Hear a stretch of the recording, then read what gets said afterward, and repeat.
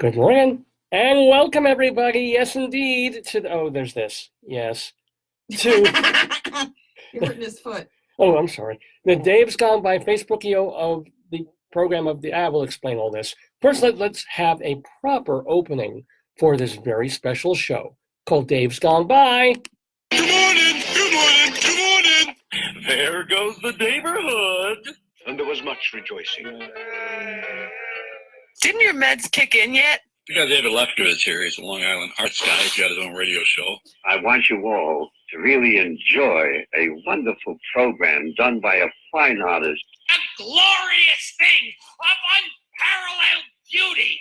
Dave's Gone By. Dave is one of my very favorite broadcasters, so keep on listening to Mr. Dave.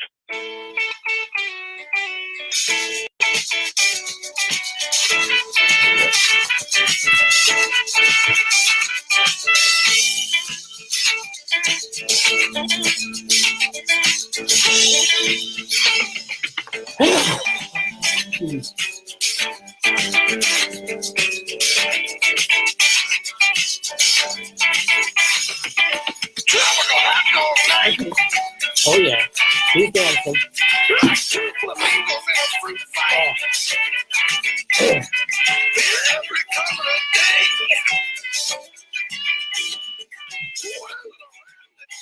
Well, there goes the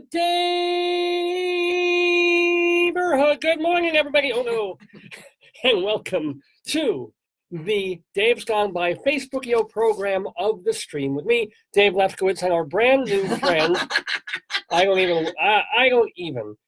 Now, those of you who are watching, and we do have a bunch of people watching. Wrong side. Okay. Knock him. Here we go.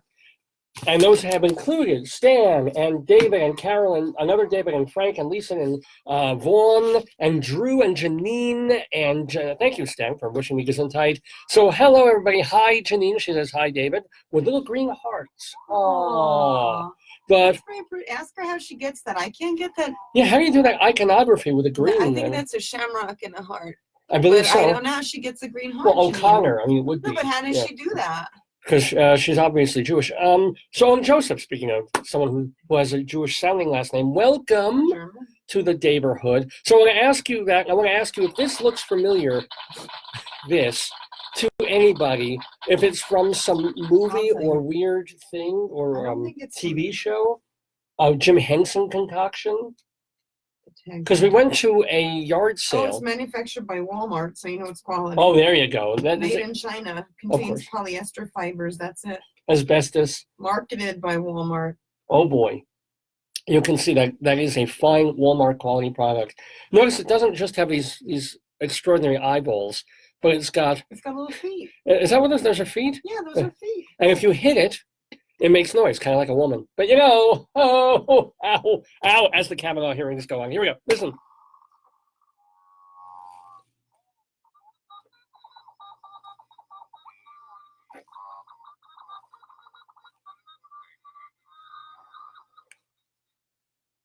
Yeah. I can't even, so if anybody knows what the hell this is, it looks rather amazing Look at his hair. The light. He's got very beautiful hair. Whoa. He's a beautiful monster, you know. Beautiful. Monsters are such interesting people. No, but it's like, I found this, we were at a garage sale, was it yesterday, I think, or, yeah? Janine says, oh, you... Partially by ethnicity, she's Jewish. Tell her, due to 23andMe. Do 23andMe. Or if anybody's done it, I want to see if that works. If Joyce, my darling and adorable wife, Joyce. I'm Dave, by the way. She's thinking of doing. That's me. This is 115,000 in me. God knows what the DNA is in this. That's right. It's like Chinese children's blood in there somewhere. In a factory that took their finger off. Yeah, but notice the price on this. At the yard sale, there it is. You want to show them the other one here? 10 cents. Sorry, hold on, one at a time. Okay, we go to this yard sale yesterday because I can't resist. I have to go to yard sales. Like addicted. And welcome to Karen from my old library and Robert from my old high school. So and I'm poking around and there's nothing. I go to one yard sale and there's a stop sign and I didn't buy it. Because they're illegal to buy. I I think well- you can buy stop signs because they're from the Department of Traffic or something. Yeah, but it was. Don't feed it after midnight. Well, and the problem is I have to breastfeed it, which is going on. But so we go to this one place, and it's the only thing they have all these tools in. And you know me with tools. I'm not going to buy that. No, they had like Christmas stuff. Yeah, They well, had like a lot of these yard sales. This is my complaint. Yeah. Don't sell clothes. I mean, God Almighty, like give your clothes to the Ark or Goodwill or like Salvation Army. Sell stuff. What's wrong with selling I clothes? don't find clothes as a yard sale item. Okay. I find that disappointing. Well, it's disappointing for me too. Everything I don't want to buy is disappointing to me. But you know, we went to one, had nothing except a stop sign, which was $3. You can't Why buy didn't I it pull because $3 it's from out? the Department of something. Yeah, but I'm not going to display it on our lawn. You have to go into our Yeah, but house. why would you want it? I don't know. Like let's say, you know, we get up in the morning, you start annoying me, right? And I just Do you go, want me to leave? stop. Well, wouldn't Do you that want be me to great? leave? You Or like- yield? you want me to leave No, I right now? don't know. I'm just saying. Or Why you are annoy me, so you can mean? hold up. You're so not being- anti-woman today. I don't know. Well, David Naw. wow. David Naw. Or you can hold it up to me. You know, you I could don't want have. to hold a stop sign that's been on the road. It wouldn't be helpful to have a no left turn sign. That might be more helpful. Or merge. Merge. If I'm feeling a little in the evening and I want to get something going with you, I'm like, hey, want to merge? And I hold up the sign. You know, let's come into each other's lanes. Have we got so much about emojis that you can't even talk? What? We could do, you know, if I'm feeling like, you know, we're disagreeing on something, and I'm like, hey, you listen to me. I'll hold up a one-way sign. It's like my way, and I hold the sign towards me. What? No? No. You don't think that would work? Tell them what's on the show. I know what a school bus sign would do. Like, anyway, so we go to this one yard sale. It sucked. We go to another yard. That also sucked. Yeah. But they had really cheap crap. And among the two crappy things that we saw, Joyce fell in love with this. For it some, reminded me of you how when we did, first met. yeah, when I had hair. Yes. Yeah, well, yeah, kind of. And it's got the big old eyes there and you know, little stumpy legs, kind of like me. Yeah. So, okay, have you named him yet? Well, I've been calling him moop-moop. What are you going to call him? You call everything moop-moop. I do not call everything moop-moop. You call him Well, moop-moop. women's privates maybe, but no, no that's mook-mook. Oh, okay, call him moop-moop. We can call him That's moop-moop. Isn't he? He looks like a moop-moop, doesn't he? From space. A moop-moop from space. Because Yeah. he makes all those weird sounds and stuff. He is a moop-moop from Uranus. Yes. There we go. So anyway, we found this for 10 cents, worth every penny. Am I right? Because I paid for it, yes. And then, out of the quarter that you loaned me, Yes. we also found this. We found a kite, ladies and gentlemen. We found, you know, I haven't flown a kite 45 years. People often tell you go fly a kite. So we find the kite, and it looks kind of, you know, maybe a little children's kite. But here's what it is. This is the most fantastic thing I've ever seen. It is a kite, and I wish Art Paul Schlosser were watching. Maybe you will. Yeah. New Life in Jesus Kite. This is real, and please note that I paid my wife paid 5 cents for Are you this. going to open it? I'm going to open it now on the air. Whoa. This is You so want cool. A scissor? But yeah, actually, I don't think we need one. I think it might open it might have a fold-over opening thing, or maybe it Here, won't. let me see. Yeah. I'll But give you the We controller. want to try our New Life in Jesus Kite. Oh, Janine says, "Is this thing a merkin?" I don't know. What is that? I have to call Carnegie and ask about their merkin concert Okay, so hall. that's to show them the. So here's the Oh, the this is wrapper. disappointing. Oh, is it? All right, hold on. And it's like I thought it was a worm. Do you want me to put it together completely for you? It's if you can. Yes, I know. Oh, she's Joyce is putting the crosshairs and things in the pot. But the New Life in Jesus Kite. I assume it's a caterpillar or some kind of grub worm smiling at us and saying, fly me in the name of you know who. Who would think of this? What company would you know? Because at the end, I guess a So kite I'm has not the gonna crosshairs I'm that not look gonna like put the this. string on it. Okay. Oh man. But I guess. Oh, this is an object worthy of worship. Let's This take a is look at somehow this. you got to put the string, which I don't. Whoa. I put it together. Joyce has put this kite together. the New Life in Jesus kite. We're I'm getting gonna the show string them. out of your way so you could show it more beautifully. Oh boy. Oh boy. I could make a tampon joke about that, but I won't. All right. We have it. It has a Corinthians quote, 1 Corinthians, I think. So here it is. Here, and it's turned into I would say a beautiful butterfly, but the color scheme is sort of atrocious. The quote, as you say, from Corinthians is, if anyone is in Christ, well, I thought I guess he pitches for both teams. If anyone is in Christ, he is a new creation.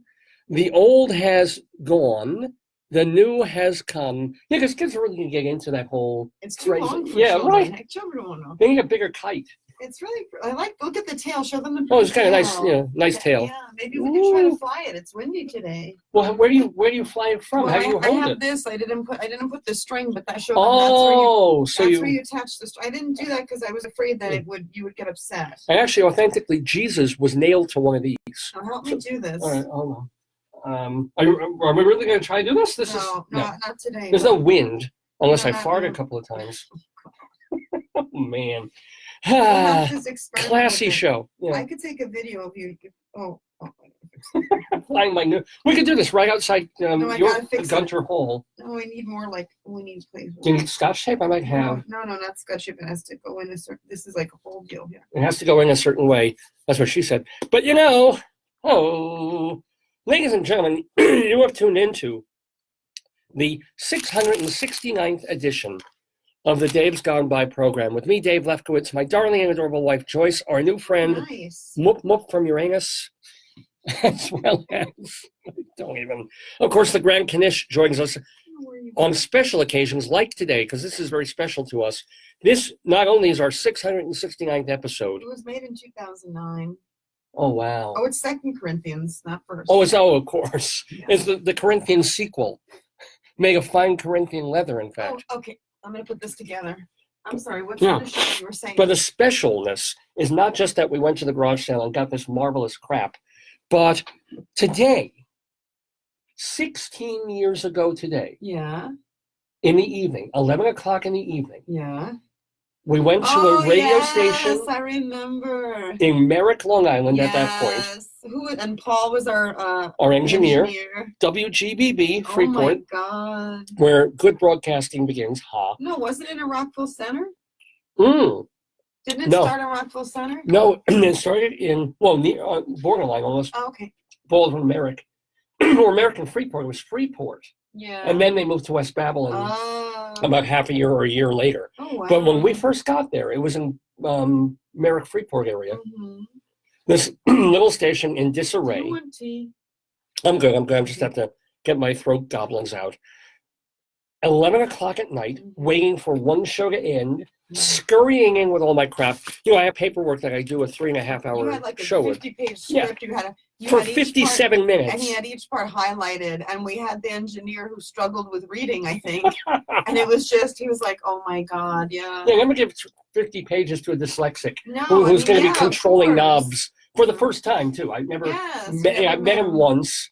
I said, okay, now on this page you do this. This is all scripted, and it's color coded, yeah. And little did I know that most engineers at stations like this, and every radio station, basically, it's like fire and forget. You lift a couple of knobs, and then you wait until commercial to do anything else. Me, I'm saying, well, you got to read the script, and when I say that word, you turn this down. It's like he was looking at me like I was a madman, like you had 7 heads. which I was and am. So, we got through You it. used to talk so fast. You're like, I still talk fast. but I was talking fast, reading from a script. You were like, it was so fast. Yeah. Well, and people can, by the way, just a reminder, you can hear that very first episode that we did 16 years ago today My God. by going to the archives at davesgoneby.com. I think it still holds up. I've listened over the years to parts of that My first show. famous early work is when you did the tainted Halloween candy one. And then I like when you reenacted your birth with, was it Joe Salzone was your mom or your dad? Right, my old and friend Scott was there. You reenacted your birth scene. I thought that was brilliant. Yeah, that was fun.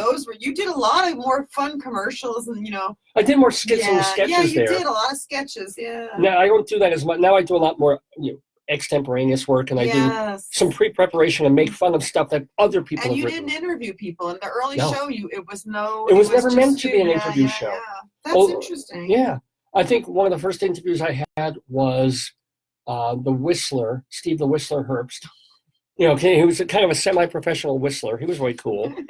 There was one time I also interviewed, I called up this guy who got arrested because he would write, almost obscene things on his checks Oh to yes, Long he Island was a Power utility Company. guy. Yeah, he was Yeah. funny. Yeah. Yeah, he would send a check, his monthly check to pay his to electric bill, but on it he would say, fuck you, Really? and then he got arrested.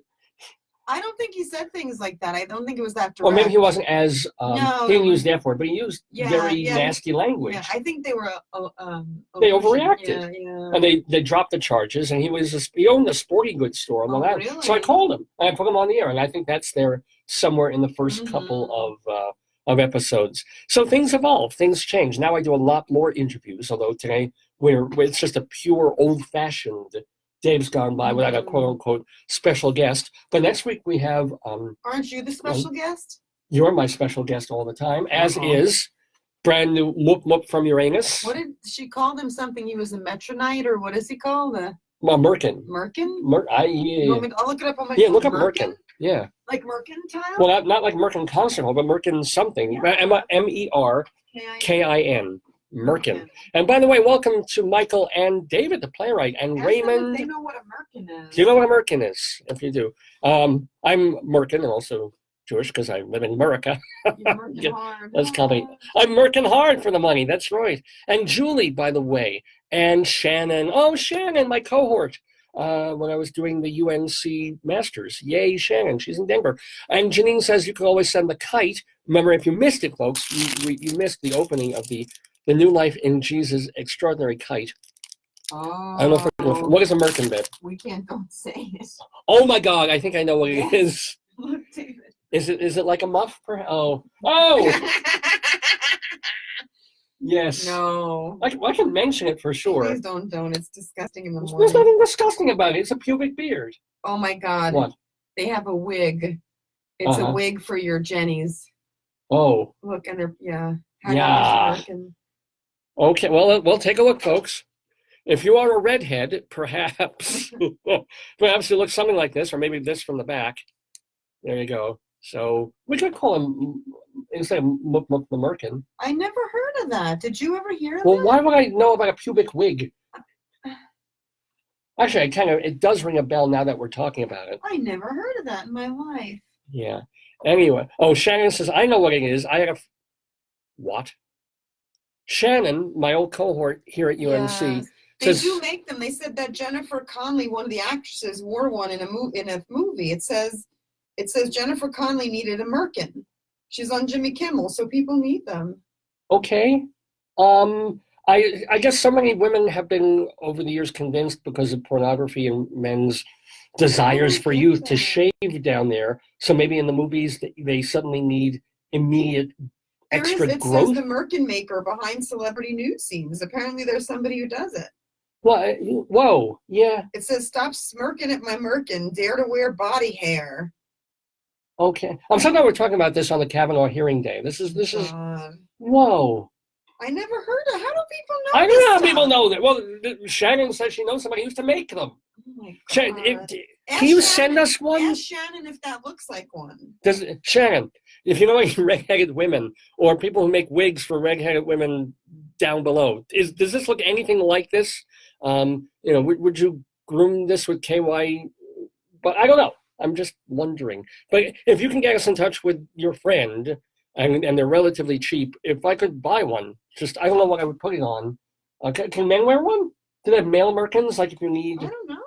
The thing, because men shave their privates too these days.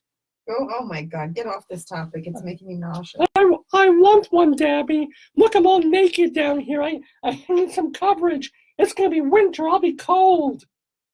We could get a merkin. If you have a merkin for potato, I would. Why not? Why not, ladies and gentlemen?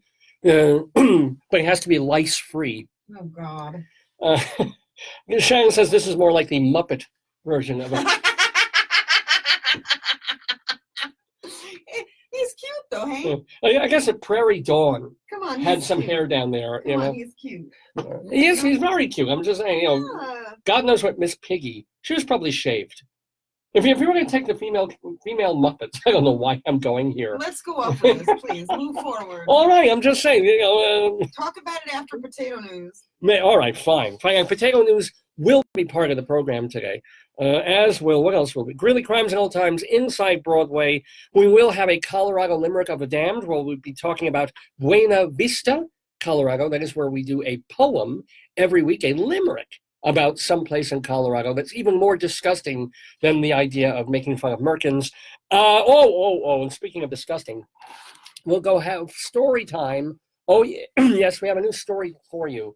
It's part 2 of Bill Cosby's Lil Bill, Meanest Things to Say. So there you go. It's horrible. Bill Cosby. We'll finish up this book today. And perfect day for it, considering everything that's going on. Yes. And I'm going to ask you a favor, kindly. We'll also do Dave's Big Dictionary. Here it is, the Merriam-Webster Dictionary with 75,000 definitions. Joyce is going to randomly poke her finger into the dictionary and find a word. She's doing it right now, literally. And Marshall. It says Roman god of war. Yikes. Marshall. Anything else? Because there's got to be other words. Is it 2 L's or 1? Martial. Oh, sorry. Related to or suited for war or warrior. Relating to an army or military life. Like a martial art, but Yeah. Okay. All right. comes from Latin Martialis, I guess Mars, which means Roman god of war. Roman god of Mars. Okay. Thank you. Okay. I think I can do that. I was hoping it was the other spelling because it could do like Marshall Amps or something like Want that. a backup word? Marshall Brickman. No, I can't. No, that's not fair. Okay. That's cheating. I've got to do Marshall, Martial. Sometime later in the program, I'm going to have to come up with something 5 minutes to talk about involving the word marshal in that military context. Wow. I don't know yet. And I won't have time to think because we don't have a guest. So I won't get a break this whole You're on the show. hook. Yeah, this will be tough. By the way, welcome to Gina and welcome to Jay, and congratulations to Jay. Some point in our Friends of the Daverhood will mention that the play he directed, featuring Galinsky, the Bench, is opening in Los Angeles. I think it's playing there for a bunch of weeks. So yay! Not to mention Jay's been getting great reviews. For what? For Uncle Vanya. Well, I love Uncle Vanya. Production of Uncle Vanya. Do more off Broadway. Russians, Jay. Do the Russians. That's yeah. Well, he's not right. He's in it, but he could. Yeah. Act in more Russian plays. That's right. So welcome, Jay. And welcome to everyone. And Reggie, I forgot to say hi to Reggie. Welcome to all the folks who are tuning in on Facebook. What's Reggie short for? Reginald. Oh, yeah. Just like vagina is short for vaginal. Ow. I have my protective merkin. Don't hit me. I learned something new today. So did I. Not something we can share with a lot of people. I can't go to my class on Tuesday. I learned a new word today. And it's like, no, can't really do that. Anyway, what I can do, let's see, what else is there? We can talk about. Remember last week we were excited and then vaguely disappointed? Because after all this time, we were waiting for Mayochup to come. Yes. And Mayochup came, and I tried it. Can I tell you the T.S. Eliot, not with a bang, but a whimper. This is the way the world ends. It was fairly whimpery. I tasted it like, with my finger. Now, Mayochup, of course, is Heinz's jumping into the fray. I didn't send you an article, but it's about Heinz losing shelf space for ketchup. No! Yes! I To didn't whom? send that. Maybe Sir Kensington, that'd be good. Powers that be. But hopefully not Hunt's and I not don't those know, other those other So apparently it's part of a big, larger ketchup a war. So Heinz wants to take up more space on the mayonnaise shelf. Yes, that's because they're losing space on the ketchup shelf. I would think they want to dominate the This could get ugly. Shelf, This could get worse than the Senate hearings right now. What did the article say? I don't remember. Well, amazingly enough, we have a segment of Potato News that will delve very deeply into this. But the thing about Mayochup was, when you started, you didn't have Potato News either. Oh no, Potato News is and you had no video. Recent. You only had video in the last year. Yeah, I think Many years ago, we tried bringing a video camera into even back at GBB, we did that. I think we did it once or twice. Yeah, and it was just such a pain to set it up, to bring it there, to have a 3-hour. Oh no! Well, it was at night. We had more time than like an hour and a half, 2 hours, 10 and then hours to have to download it and to deal with it just too much. didn't happen, didn't work. And where did the microphone go? Oh. So we stopped. And now, go figure, we are video. Remember David, the ex-cop who did a show? He wasn't just an ex-cop. Yeah. He was Lou Tolano. Yeah, so he did in Starsky and Hutch, right? Starsky and Hutch was based on him and his partner as undercover kind of scruffy detectives. And Lou Tolano, unless I'm mistaken, still does his weekly show on WGBD. You should have interviewed them for this show. Got some of your old... Yeah, I just haven't had the time to. Cohort, Oh, Mommy, you're not. You knocked off a potato from the wall. Oh, no. Make nice. Kiss him. What happened? Look at his things all. Oh, oh no. One of our potatoes fell off the wall here. It's a tragedy. So, what was I saying? Well, first, potato news. Heinz shelf but back to the Mayochup thing. I tried the Mayochup. You like it with tuna fish. That was the thing I learned this week. Yeah. I was very disappointed, I must admit, when we paid $6 for a bottle of Mayochup when it finally arrived in Safeway. Because Heinz was going to roll out the Mayochup slowly and put it in Boston and Chicago and a couple of other places like LA. It sounds like a merkin talking. Well, that's how I felt. I thought, oh, this is all right. It's not as good as ketchup. And it's not as good, I'm not a big mayo fan, but it's not as good as Hellman's mayo. You're supposed to put it on French fries, and we don't make French fries at home. And even for French fries, ketchup. French fries, ketchup. They go. Mm-hmm. But I figured, it's really meant for putting on hamburgers. I haven't done that yet. Oh, yeah, sort of like an egg sandwich. Did you make it on an egg sandwich, too? We didn't care. It was okay. But then you made me a tuna sandwich. Yeah, we use walnuts, tell them to. A little bit of walnuts. And instead of using mayonnaise, as you usually do, you use the Heinz. Oh, you added mayo, too? Yeah. Ooh. So if I added mayo, and then I added the Mayochups to give it a little kick. Yeah, it was good. Whatever it was really good. It's my secret. So try that. Try if you're not convinced about Mayochup yet. It probably tastes like tartar sauce, I would think. No.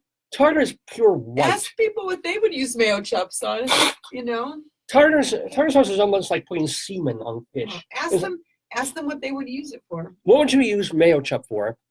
All the folks who kind of tune in and give your answers to things.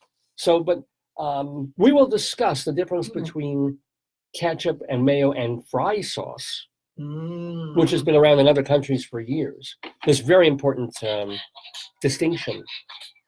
Yeah. So, potato news is coming up, but I did want to mention that we tried fry sauce again. I gave it another shot, and so far the best thing that I've had it on is a tuna fish sandwich. It really, really works. So yay for that. And what else do I want to talk about? I went to the dentist this week. I don't want to remember this when I start doing figures of speech. I spend a class or two later in my English composition class of putting poetic terms into essays. You don't need to know any of that. But what's this? Talk about you from I go to the dentist this week, right? And I'm in there. Did they tell you, do you want to get the gas or something? Well, no. I'm like, first of all, the woman is about to do X-rays on me. Yeah. And they told me, no, it's just a cleaning. It's not going to be a checkup because it's been only 4 months. And then, happily, she looks again. And she knows, we did the panel last time and we did the 4 bite wings last time. We don't have to do X-rays today. So she almost made me sterile for no reason. And then she says, oh, no, oops, right? Yeah. And then she takes off the bib and it's like, no X-rays today. I'm like, thank you very much. Right. But I didn't realize this about dentists and things. You would figure the euphemisms that they use. Yeah. Because I'm just getting a cleaning. I didn't have any cavities. Your gum, but you got your gum issue. Well, yeah, I sometimes. You got to use the gum They toothpaste. Barely bled at all. Gums are in really good shape. But she still has to clean, and she has to get into the spots where I can't necessarily get to. Tell the people, not me. Oh, yeah. The spots where I can't necessarily get to. Oh, wait. And they use that Just give me a second. even Wait, before they wait, polish. just don't say anything. Sure. Hold on, wait. Do you have it on there? Yeah. Oh, there it is. Yeah, there's a sound we love. Oh. Now, what sound is that? Dentist drill. I beg your pardon? Dentist drill. A dentist drill. Yeah. And I asked her, because it's still, you've got this rotating thing that's kind of pointed, even though it's just a cleaning, they're going in there. And I say, well, is that a drill? They say, oh, we don't have drills. We don't use drills. It says I mean, right you're here, a dentist's It office. says right here, dentist. Yeah, What but- do they use?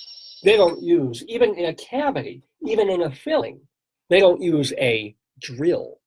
They call this, I swear to God, a high-speed handpiece. That is a dental euphemism for a Is drill. it like a hired gun? Tell me about. This is the word that drill is like a no word.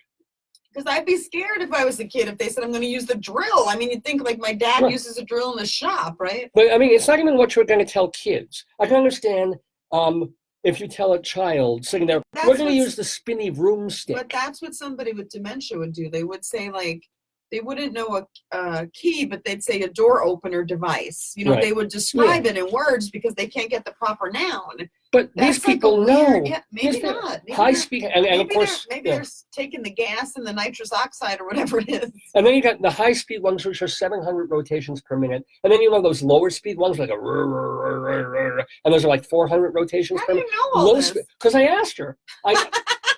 I said, do you have drills? And I said, we don't have drills. I'm like, you're a dentist's office. What the hell? Do you go in there with your fingers? And she's like, no. We call them hand pieces. High speed and low speed hand that's pieces. so bizarro. And you know, they don't use toothpaste. What do they use? Oh no, it's Tooth not called polish? toothpaste or tooth powder as in the old days. Or Cleaner? tooth no. I mean, I'm not making What's this it up. called? When they put the stuff to clean to get your Yeah. pearly whites pearly white, they call it prophylaxis. Prophylaxis. Or prophylaxis paste. Honest to God. You're making that up. Oh yeah, sure. Yeah. Dentists, if anybody out there is a dentist and is actually making a decent living, unlike me, tell me if I am wrong about this. Hand pieces and prophylaxis. Well, Why you I don't doing enjoy like wearing that? prophylaxis. What? Yes? We're doing like Oh, sorry. It's just the way I go. So, but we're just euphemism crazy in this. I can understand not wanting to go into a dentist's office and hear somebody refer to a drill, but toothpaste? But it's a drill because I mean, you can call it whatever you want. I mean, you can call your shirt a thing that covers your thorax or whatever, but it's still a shirt. Yeah, I told the woman doing the cleaning, I said, so if I'm carrying a gun, is that a hole boring device? I mean, No, I think it's just, maybe that's the technical name. It's like, so in discourse analysis, you look at how people slang. Yeah. And if somebody slangs with you, like if I say, oh, I'm going to go to the UC, right? It means that we have a common language and understanding, but the real name is the university center. So slang means something. So maybe the common usage is saying that's a drill, Yeah. Well, it's their discourse. Yeah. If you're going through the bone, you have to have something that's gonna, Yeah. Well, yeah. I'm just saying, but that is their discourse, and that's how they also keep them. So they talk to each other on this level, and everybody else hears them on They this say level. we're gonna rip his teeth out of his mouth and do whatever. There's going to be professional dentistry words for that. Wow. But if you could go PDF, go look, not right now because you're listening to my PDF? program, but yeah, the first thing you Google. see when you Google, a PDF comes up of all these euphemistic terms. Like, there are some euphemistic terms that, let's say you've got a child's got a cavity, they've got to do some local anesthetic or put, they'll use words like goofy gas. That's a euphemism. I Or get ouchie. that. You're gonna get a big ouchie. As opposed to telling a 7-year-old you're going to have, or you're going to get anesthetic. There's we'll give you the sleepy juice, the goofy gas. These are the phrases what they Bill use. Cosby used I to know. say. Hey, little Bill, get your sister over here. Yeah. I got a drink for her. It's There was got a time when, well, what? I Bill just- Cosby? No, yeah, no, I'm just. Brett discussing. Kavanaugh? Can we talk about something happy? Well, I do have a cavity. That's happy. Thank you. Yeah, I consider that happy. I consider that a good day, you know? And what else happy happened this week? Anything happy occur this week here around? When did we go to the McNair dinner? Was that last week or this week? We certainly didn't talk about that. We I can don't know if mention it that. was- I can't remember now, sweetheart. It might have It been was last a Friday. Friday. I don't think we even brought it up. That's weird. McNair, we want to explain what that is. You explain. Okay. Do you know? Well, it has to do with It's young students. Okay. It's for students who come from groups that are traditionally left out of the academic system or don't have the same advantages as other groups, but want to go to grad school. Mhm. And Ronald McNair was an astronaut who they show the little African-American guy. They show a little infographic that I love of him as a kid wanting to check out library books in a race-segregated library, and then the librarian calls the police, and the police are like, "Just give him the books," you know, like. And then he becomes a astronaut, and they're like, "He's a nearsighted kid with glasses," you know, and he does so well. I mean, he died in the Challenger, but his legacy is that he's left money for students to really get what in my mind, what every student should get, really a lot of support to understand how to get to grad school if that's what you Yeah. wish. It isn't just that they're getting financial support, it's that they're shown how to do the Do paper, research, how to and write a paper. personal statement, Yeah. how to be, become an academic. And the ties they form with the McNair staff and with the other students in their group or cohort, they're so strong. It's beautiful. I think every student should have that.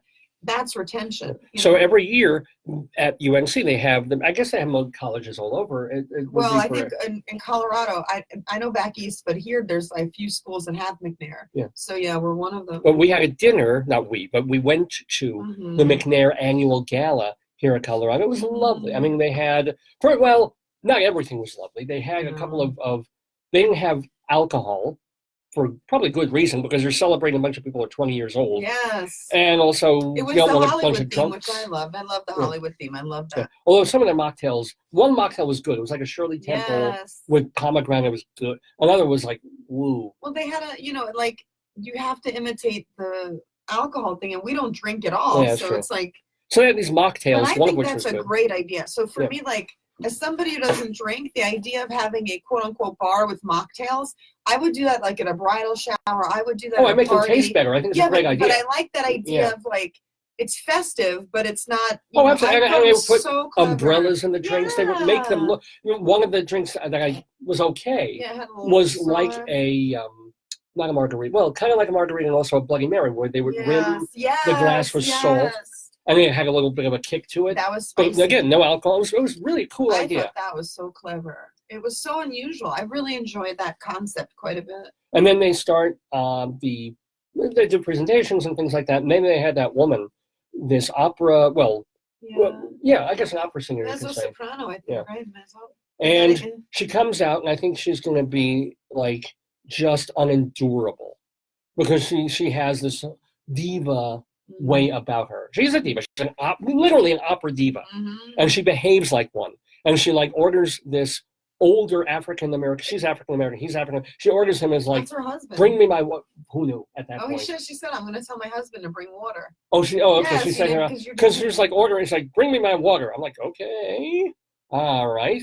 Maybe I'll just get up now and spare myself your speech. And she was going on about herself in a rather boastful way. In the beginning. That was the setup for the speech. Yeah. Yeah. So I'm watching that. And I was like, oh boy, you really think you're hot stuff, and maybe you are, but I don't care.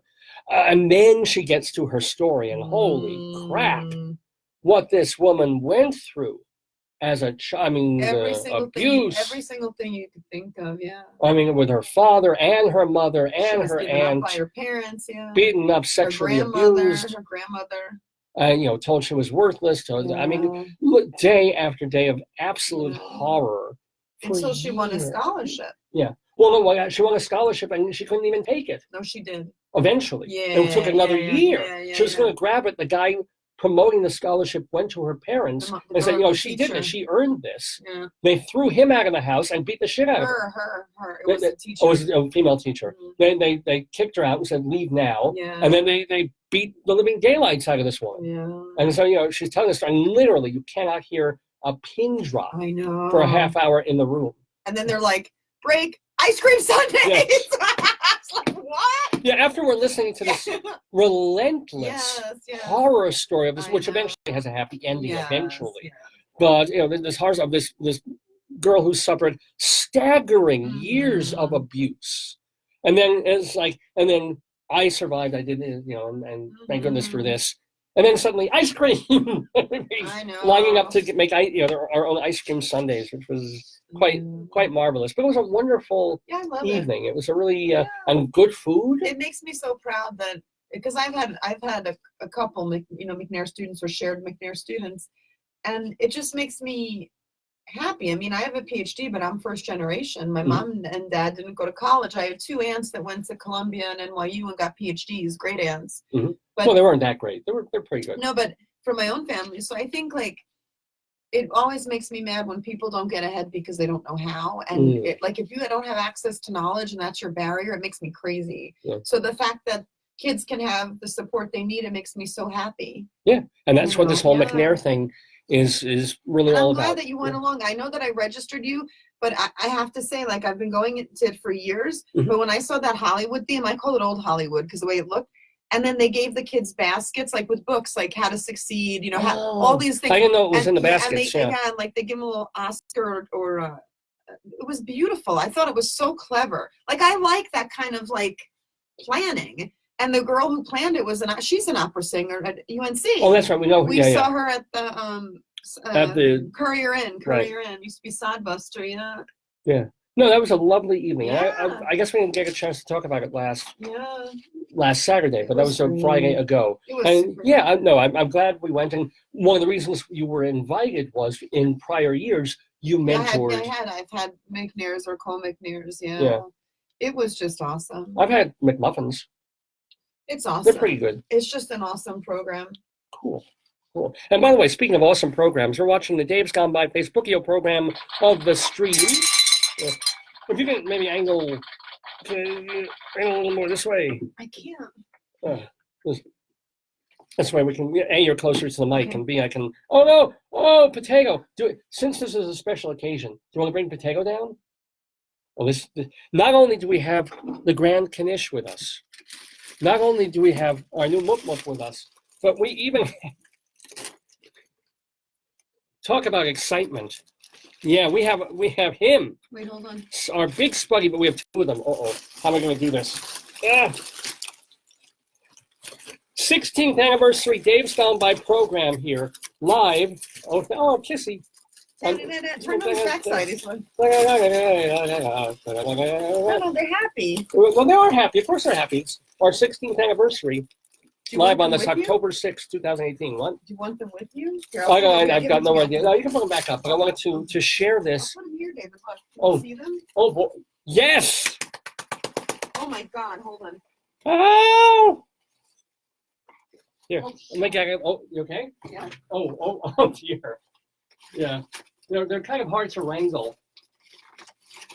Is that okay? Oh, they're beautiful. Look at them. Oh, Can you see them? yeah, take a look. Oh, that's great. Okay. Yay, the boys. Here, one of your potatoes fell. And there's a sock. The Spuds are back in I don't know town. where this one's from. There's a sock. Oh, someone lost a sock. And here's this one. It's just wild Why don't times. you wear this for your? I could, actually, Moop-moop should wear this. Oh. Moop-moop from Uranus should wear. Here we go. Now we're all set. Oh, he looks so cute. Wait here, put a sock on him. Okay, where? On his foot. No, I don't think so. It's his prophylaxis, if you know what I mean. Okay. Anyway, Dave's Gone By. It's our 669th episode of the show. And as I said, 16 years ago, Look we at started that the one very behind first you. one. There's a little potato there, and all the potatoes behind me. My darling wife, Joyce, all of you tuning in, Gina and Jay, and another Jay, and Lawrence, and Karen, hey Karen, Michael and Jeffrey, and so many folks, and David Wayne just tuned in. So Is he yay. related to John? Are you related to John Wayne? I don't think so. Or there used to be an actor named David Wayne who was on Broadway. Wow. And Maybe he, that's him. and he turned out to be a jerk when my father met him. So anyway, he's dead happened? now. Not my father, but David Wayne is. But not this David Wayne, so welcome. Thanks for tuning in. Wayne's World Party Time. Party time, excellent. And it is an excellent party time here on this episode of the program because we'll have a Colorado Limerick of the Damned for Buena Vista. We'll have Dave's Big Dictionary about the word Marshall We'll go inside Broadway for News of the Rialto. We'll have potato news. We'll have a Saturday segue of songs in the news. But first, you know what it's time for. What? Well, where do we live, my dear? At least at the moment. Oh, Colorado. And we're specifically in Colorado. Really? It's time for Greeley Crimes and Old Times. Yay!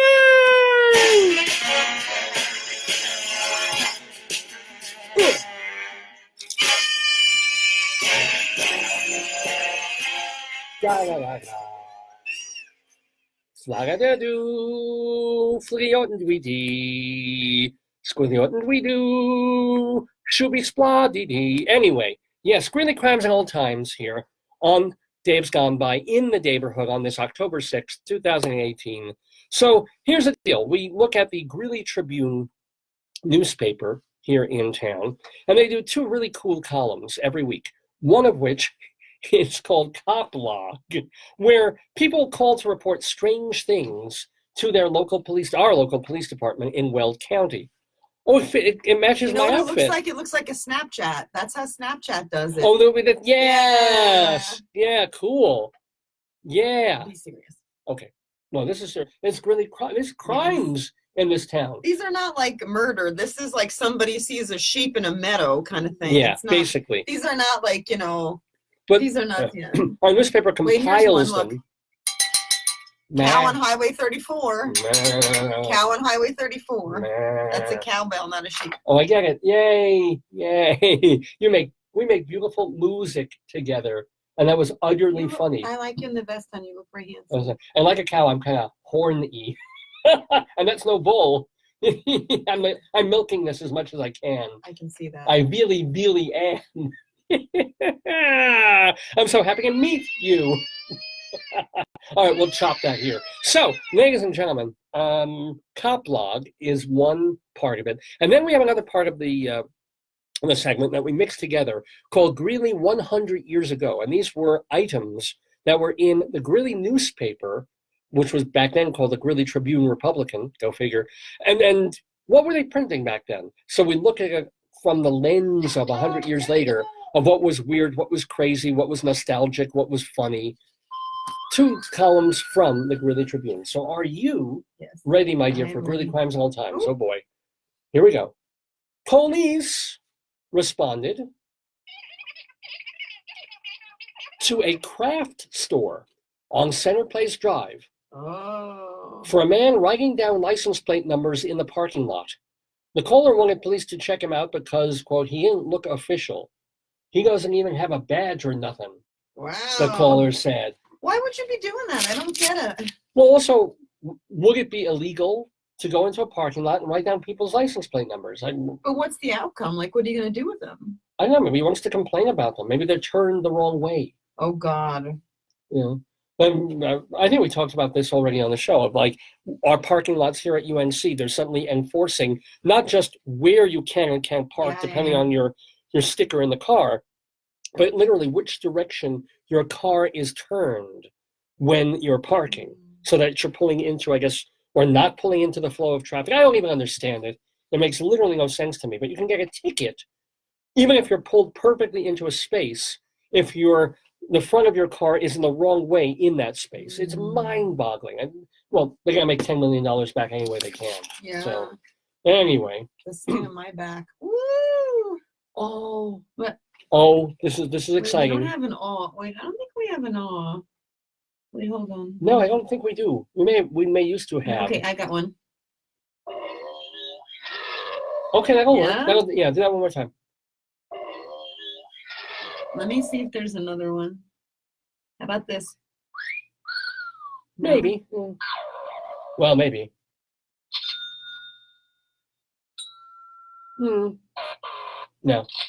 No. I'm not sure. I'm not sure about any of those in context with this. I like that one. That's a good one. One of the greatest names ever. Are you ready for this? Mr. Poopenstein? That would be the greatest name ever. Aki Waddles. Come on, that's an awe name if I've ever heard one. Aki Wattles. OCCY WATTLES. Aki Wattles said he went to the movie show 2 nights ago, Wow. and he left a piece of gum stuck to the underseat so he could enjoy it the next night. Oh my God, I'm getting nauseous. However, when he went to the show the next night, Yeah. the gum was gone. Oh, potato fell on the floor with his thing. Oh no, oh, his hat. No. He got upset about Aki Waddles losing his gum. No, falling all over his shoes. This one fell. What happened? So he put his gum. So he put his gum under the chair so that when he came back to see the movie again or whatever vaudeville program they had back at the theater, which I guess was the Sterling Theater in Greeley back then, when he did this, he left the gum there so he could come back and enjoy what flavor was left in the gum, a day later. Remember at that the song? movies. Well, does your chewing gum lose its flavor on the bedpost or under the movie theater seat overnight? And here's what Aki Waddles is wondering. He wonders who would have taken it for a chew. Especially chewed by someone named Aki Waddles. It's not like That's right. I would probably chew gum if somebody said, you know who chewed this gum? Aki I'd Waddles. be like, oh hell no. You sure? Oh no, can't stop us now. Hey, speaking of theater, speaking of the Sterling Theater in Greeley, vaudeville. Check this. This is 1918. Vaudeville has been canceled at the You Sterling. mean vaudeville in general, the whole art form? Give it 10 more years, it would have been, yeah. Wow. Well, 15, 20 more. But vaudeville had been canceled at the Sterling Theater in downtown Greeley. The manager said the quality of shows has been disappointing lately, and rather A than lot of charge fart humor. customers for poor shows, they're canceling them altogether. That was kind of the circuit. Everything was going downhill from Why vaudeville to can't they just burlesque. charge them less? Well, they're probably charging 10 cents to begin. What do you charge? 8 cents? Put your 2 cents in. Yeah. Plus, the managers of the vaudeville circuits are charging what they're charging. So the theater, not sure how that whole system works, but anyway. Sounds very sad. Where's Edward Albee's father when you need him? Yeah, I don't know. Anyway, Greeley police responded to a hardware store Hold that. on 11th Avenue for a report of a man, quote, not in a good state of mind. Wait, hold on. Uh-huh. Yeah? Not sure how they decided this, but a man not in a good state of mind who was dancing on a lift. You know, that's like the lift, Yeah. I love that. Sounds like he was in a- dancing with myself. Maybe.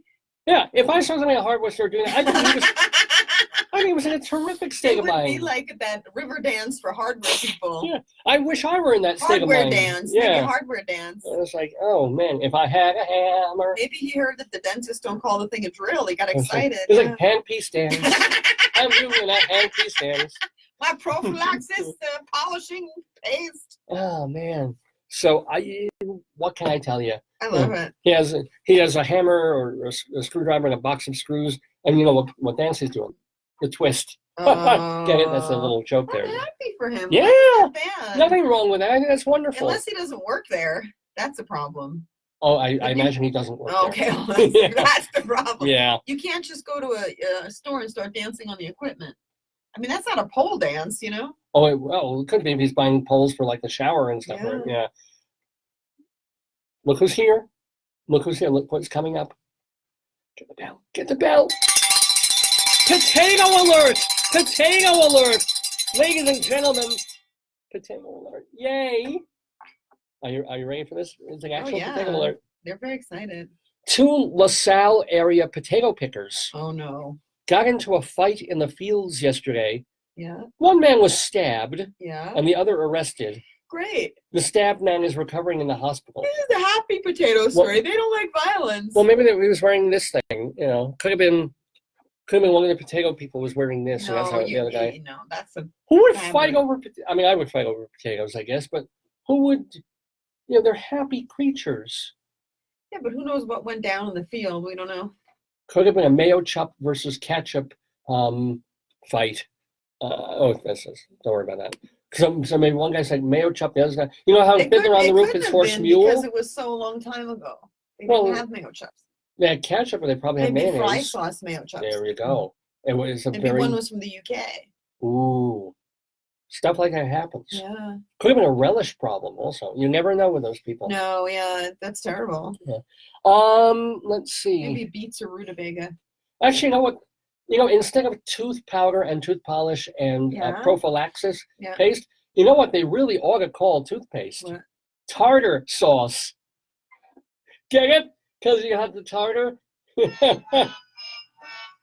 Yeah. And we should give it to Aki Waddles. You know why? So he could put it on his gum. Poor Aki Waddles. What a weird I'm name. on today. I'm on. Aki Waddles. Welcome, by the way, to Michael and Jeffrey and David and Lorraine and Phyllis and Eric, all these people tuning in to the Dave's Gone By 16th anniversary Facebookio program of the stream. We are live, and it is October 6th, 2018, our 669th episode of the show. We're calling it Sweet 16, because 16 years ago today, we did this in a very different way for the very first time on the radio. So we welcome you all here. It is 2 minutes to 10 o'clock Mountain Time. The studio was either very cold or super hot. Oh, yeah, it was a mess. And that was the one in Limerick. Mm-hmm. That was even before we moved to West Babylon. Yeah. It was so much more convenient, though. Oh, yeah. I could just jump on a train at Lynbrook and be there in like 20 minutes and walk over. Later on, they moved all the way out to Babylon. I Remember drive. it was near a bar and everyone kept getting food poisoning from it? Like, people would eat there and just get sick? And that motorcycle was a biker bar, Yes, too. Yeah. And, like, people would go like, I'm going to go get fries. And they're like, oh. And then someone's like, I'm going to go get a hamburger. Oh, and then it would be like. We ate there one time. I got massive diarrhea. Yes, Yeah. Yes. It was, I remember that. It was a very, It was a benighted area of town, but that's how they could afford the rent for a while. And then they wanted to lump two radio stations together and just brought everything to Babylon. But yeah, so 16 years ago. Because where else do you want to broadcast from but Babylon, right? Yeah, right. Babylon, considering the station. Yeah. Where good Babylon broadcasting begins. Anywho. What else? Anything from Aki Mock or what's his name? No more from Aki Waddles. Aki Waddles. But we do have a bit more of Greeley Crimes and Old Times to do, as well as potato news. That's coming up, ladies and gentlemen. So, police responded. And by the way, this wasn't me. Okay. Just letting you know, this wasn't me. Responded to 18th Street for a report of a man talking to and urinating upon himself.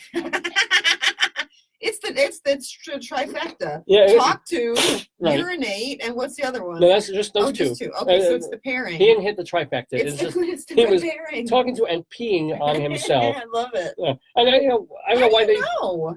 Yeah, right.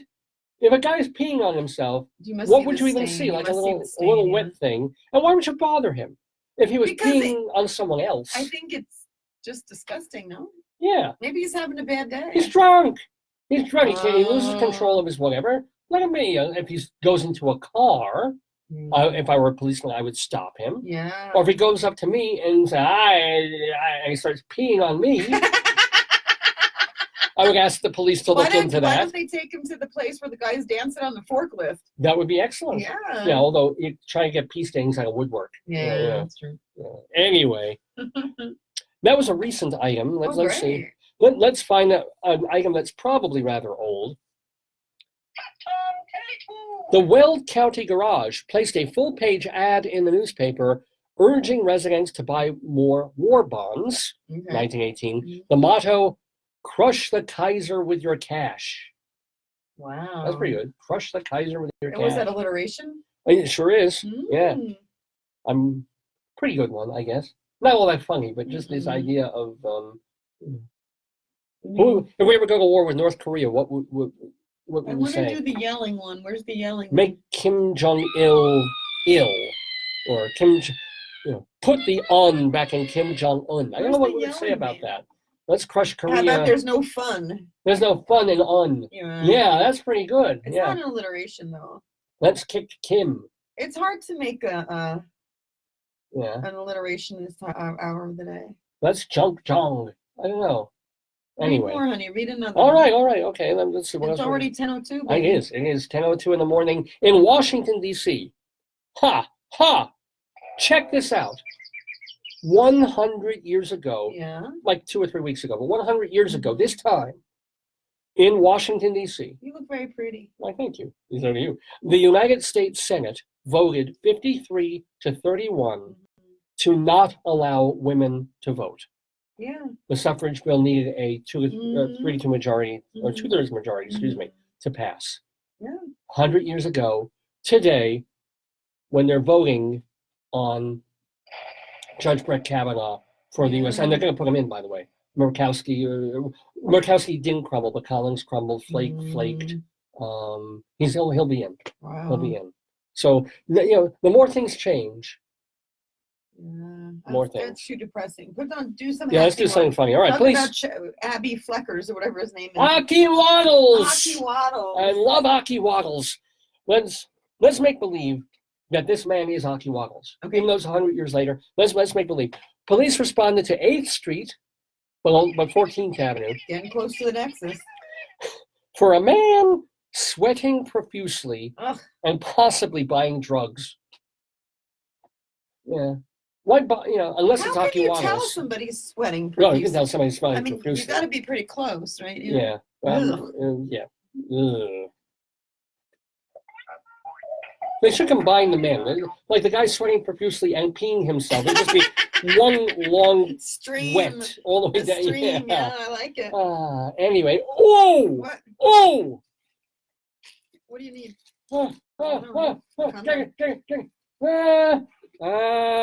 This is exciting, ladies and gentlemen. We have, and we can also play this. Here it is. There ain't nobody here but us chickens. There ain't nobody here at all. So quiet yourself. Stop that fuss. There ain't nobody here but us. Ain't kindly want that gun. Give it to me. I want to put on your finger. Yeah, please do. Give me a finger. Ladies and gentlemen, although we do not have, as part of Greeley Crimes and Old Times, a chicken alert, we have a chicken-like alert. Yes, chicken. There he is. He's so cute. And not to mention, of course, Uh-oh. our beloved Mrs. Maybe that's Bakbadak. her baby. Is that her baby? Oh, feeding time. Hold on. No, I think it's her grandchild. Oh, God. Wait. Okay, go ahead. This is how birds do it, right?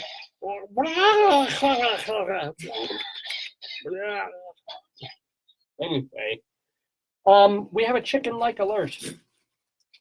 Police responded to 34 bypass and 11th Avenue for a resident who picked up, quote, a weird-looking chicken on the side of the road. What was it? Well, the caller said the bird didn't look like a chicken, but it clucked like one.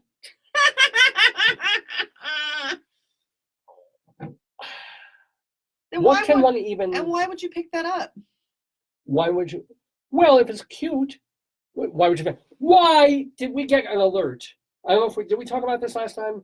Why did we get an alert? Oh, the bat touching. Oh. Yeah. Why would you touch a bat? What is going on with people? These are wild creatures. Let them be. No, a turkey I'd pick up. If you saw a chicken wander, you won't pick up a chicken? No. Why? Because it might be involved in chicken fighting. I don't want any bad chickens in my vicinity. Okay. I'm not going to make the joke I want. I'm not going to make it. I'm being good. I'm being good. I noticed how you said chicken fight too. So, but yeah. Because I don't want you to go down the road. As it were. No, but yeah, no. I don't know if we talked about this last week, but we got an alert from the police. Everyone at UNC. That somebody Snapchatted it. Yeah. That the day before. So it's a day later that the police are giving us this emergency notification. Yeah. That someone in the parking lot outside a building at this university. No, not in the parking lot. Oh, it was near, I think, Guggenheim. Oh, no, it was near the softball fields. No. No, The softball fields is where the cleaner found the one that was rabid. So where was this? They found the. You want me to look at it? No. They found. So somebody was, I think, near Guggenheim or Crab, one of the halls, and they took a picture of themselves like holding a bat. Yeah. Now again, this wasn't like a baseball bat. And Snapchat disappears within like 24 or 48 hours. I think my friend's obsessed with it now. So. Well, the thing was, some moron in the middle of the day finds a bat. I mean, a live that kind of bat, flopping around. You talked about it because remember you said it wasn't clear if it was a baseball. Yeah. So stop picking up animals. And the good part is they Snapchatted it so people saw it, but then it disappeared so police couldn't find it. Yeah. Well, the police, I don't know why they told. I guess they just wanted to warn people. If you see a bat out in the daytime, don't. I told a couple of months ago. I told this story. I was using the ATM at the Chase Bank downtown, and I'm looking to the side of the ATM on the wall, which is very close, and I'm seeing this fuzzy thing on the wall, and I go closer because I'm in kind of a moron myself, the curiosity there, and I look on the wall and I look at this thing. It's not even moving. It's just kind of there. And then I look a little closer. It's got these little webby toes, like suction cup toes. I'm like, what the hell is a frog doing on the bank? And then I look a little closer and it's like, because if it's a frog, I want to pick it up and pet it. And then I was like, no, wait, maybe this is not a frog. Because it had sort of a triangular shape and it was black. And I was like, that is not a frog. No. That's a smart me. I did not touch it. You must have read the memo. You were informed. I went into the bank. Knowledge is power. And I went to the teller. And I said to her, this is an unusual thing, but I was depositing checks or taking some money out. And could you come and take a look at this? And I think there's a bat right by the ATM. And she literally comes out of the bank to take a look with me.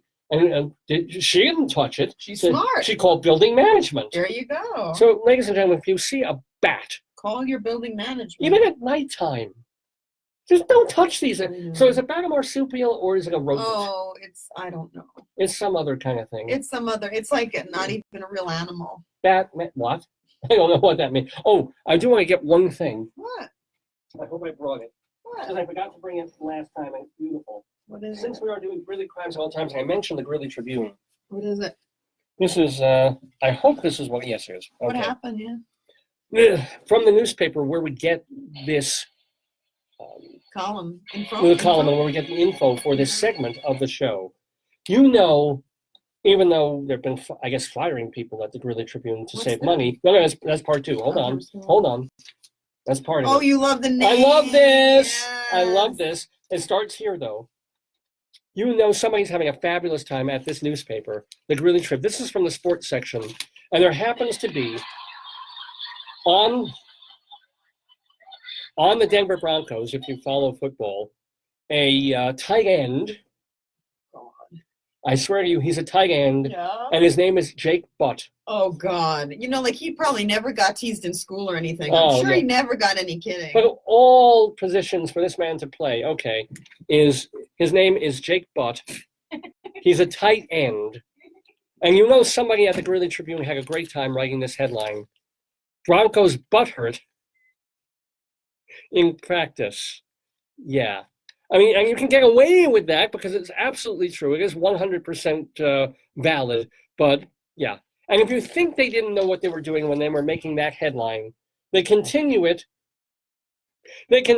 later in the paper for part two of the story with butt injury leaves team thin at tight end. I cannot make this stuff up. I could make this stuff up, but I'm not making it up. Butt injury leaves team thin at tight end. Oh, joy. See, I try and tell my students there's creativity even in regular hardcore journalism, ladies and gentlemen. Anyway, speaking of regular and irregular things, I want to remind you that this program is partially brought to you by the fine folks at Hewlett Minuteman Press, the copy kings of Broadway in Hewlett, Long Island. They have been with us, speaking of, this is our 16th anniversary. They were with us from the very first program. The Toron family has owned and operated Hewlett Minutemen, that franchise, since the mid-1970s.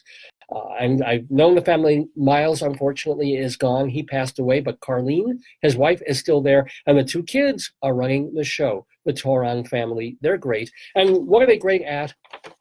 They're great at all these things and more. These are the services available at Minuteman Press in Hewlett, Long Island. They're about 3 blocks away from the LIRR station. They're across the street from the giant Petco. They moved a couple of doors down from where they were for 30, 40 years, but they're still basically in the same place, doing the same fine quality work at Hewlett Minuteman Press. So here's let's pick a letter. Let's see, for our 16th anniversary today, sweet 16, maybe the letter S. We always end up doing that one. But okay, let's do it. Among the things that Hewlett Minuteman Press can do for you: scoring, screen printed apparel, scrolls, shipping, signs, all kinds of signs, skull caps. So if you're feeling in sort of a Jewish mode and you need a skull cap, Hewlett Minuteman Press can make one for you, and of course put your company's logo, or if some kid's having a bar mitzvah, his name, the age, when he was born, the parents, all of that. Snapchat forms, spiral binding, software compatible forms, squeeze bottles and coolers, stamp pads, all kinds of stamps, and stationery, of course, business, personal, social, and wedding invitation stationery. That is just the letter S here for Hewlett Minuteman Press. So do check them out. They are open 5.5 days a week, and they are reachable at 516-569-5577, 516-569-5577. And if you tell them Dave sent you, you get 10% off any job, big or small, at Hewlett Minuteman Press. So they are the copy kings. And I feel king of the world when I do this Facebook/podcast/radio program, Dave's Gone By. Remember that you can listen to all the archives at davesgoneby.com. I know I mentioned that you can hear the first episode that we did of the show 16 years ago today. That's there for free. Download it, stream it, put it on your iPod. Give it a listen. And that back then it was 57 minutes long. We didn't just take half a day. So check it out. Our second program, alas, never recorded, but the third one did. And then hundreds of programs later, they're all there in the archives. All the great guests we've had. Ooh. Sorry. Yeah, no, you said you actually put your face on camera. You're so No, pretty. because I was trying to get my thing. I want to make sure that nothing bad happened. I hope nothing bad happened either. Everything okay? Yeah. Good. Excellent. So let's finish up Greeley Crimes at All Times, and then it's time, of course, for Potato News. I'll help you go, and then I gotta go Yay. record my own video for La Escuela. We have to, here's the deal. Sometimes on Greeley Crimes at All Times, even though we spend most of this segment in Greeley, sometimes we go elsewhere. Sometimes we go a little bit farther afield for some odd news. That's very true. Dateline, Orlando, Florida. Whoa. A Florida woman who ordered a set, excuse me. Ooh, The sketch? Ooh. The Sasquatch? Sorry. She ordered a set of Dr. Seuss books for her granddaughter. That's so nice. She said, the package finally arrived Yeah. 20 years later. Whoa. What? We thought we had mail problems. Yeah. 20 Well, I mailed something to her parents like 3 weeks ago, never showed up, never arrived. They got the envelope. Yeah, they charged me $3.50 to mail this thing, and the envelope got torn up. Your parents finally this week get the package, which I tracked on, and they got an empty envelope. Yeah. That's our postal service working for us. So what happened with But the for Seuss? her, check this out. 20 years later, the books arrived. By the time the book, Vera Walker ordered the set of books in 1998 when her granddaughter was just 4 years old. Aww. By the time the books came, her granddaughter had her own 5-year-old son. Oh my God. The post Just office, in time. Just in time. in a way. Yeah. But the post office explained that the box was found stuck inside an old mailbox. So somebody went into the mailbox, and no problem. Walker is now reading the books to her great grandson. Think about No, it. not great. Her Her great grandson. Wow. Yeah. That's a happy story. I like that. Of course, because the books are now so old and so geriatric, some of their titles have changed since when they were first mailed out. So, for example, there's Horton Hears a Who, is now Horton Doesn't Hear Anything and Has Cataracts. That's horrible. Ageist. Ageist. The Cat in the Hat is now The Corpse in the Coffin. Ageist. There's Green Eggs, but no ham because of the cholesterol. Oh, I like that one. That one you funny. like. Yeah, that's funny. How the Grinch stole my identity at Walmart. Oh, no, on the dark web. On the dark web, yeah. Yes. Uh-huh. Make it contemporary. Fox and Socks is now Fox and Corrective Footwear. Support hose. There's To Think that I saw it on Mulberry Street, but forgot it 5 minutes later. All right, that's ageist. I don't know that one. The $500 copay of Bartholomew Cubbins. Oh, I like that one. And its sequel, 1 pill, 2 pill, red pill, blue pill. Oh, I like that. Yeah. That could be for even, what is that, Grace Slick? McGilligan's Therapeutic Hemps.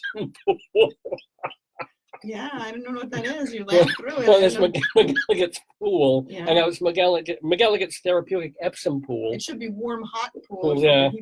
And finally, Yeah. I had trouble getting to Salisaloo because I've fallen and I can't get up. Oh, that Oh. one's trite. And that, my friends, is Greeley Crimes and Old Times for this episode of Dave's Gone By. Mr. Horace Greeley was no fool. I'm sure that you'll agree with me that Greeley was no fool. What he is getting at is that Mr. Greeley was no fool.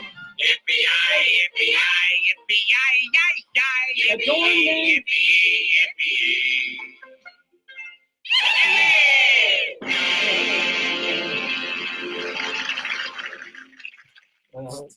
You don't have it in your armhole. That's your head hole. Get it out of there. Oh, Put your arm down. There you go. this might hit That's hole. your head hole. There Oh, you go. hello. There we go. Ladies and gentlemen, that was Greeley Crimes and Old Times on the Dave's Gone By Facebook program of the stream. I'm going to go be mad about you. Oh, you want me to be here for Potato News? I've got to go this way. Okay. Okay. I'll listen here. Oh, okay. I'm listening. Because this is our 16th anniversary and we're so excited about that, and because so many of our fans and listeners are of the Potato Kingdom, every week we also like to do Potato News because, we get the human news. We can go to Yahoo or AP or the New York Times or the Denver Post and get all sorts of news for humans. But what about the news that affects our friends, our spuds, the potato? Yeah. So, ladies and gentlemen, we like to give you and them the potato news at least once or twice a month, just to keep you. Potato-related items come available. Exactly. And wouldn't you know, these were late breaking. Both of these came last night into the Daverhood That's true. of potato news items. So, ladies and gentlemen, without further ado, potato news. Where's the music? Here it is.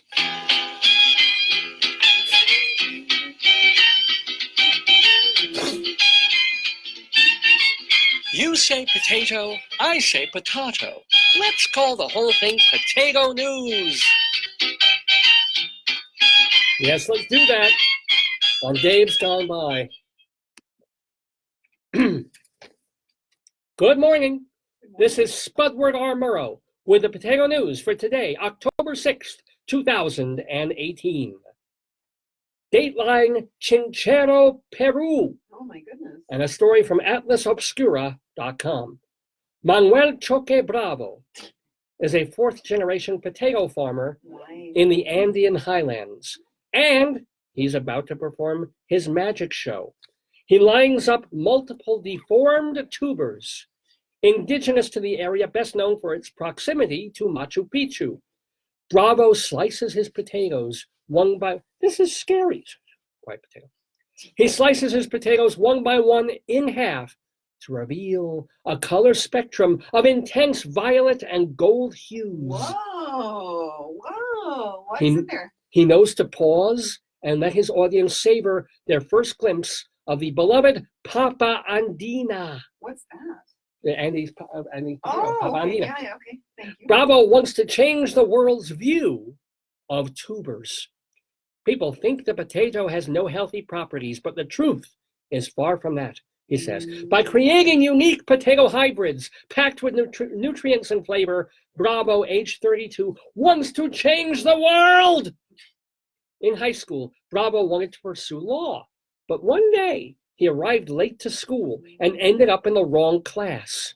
I accidentally signed up for botany, and from that moment, I was hooked. I thought, Oh. wow, plants are just like the human body.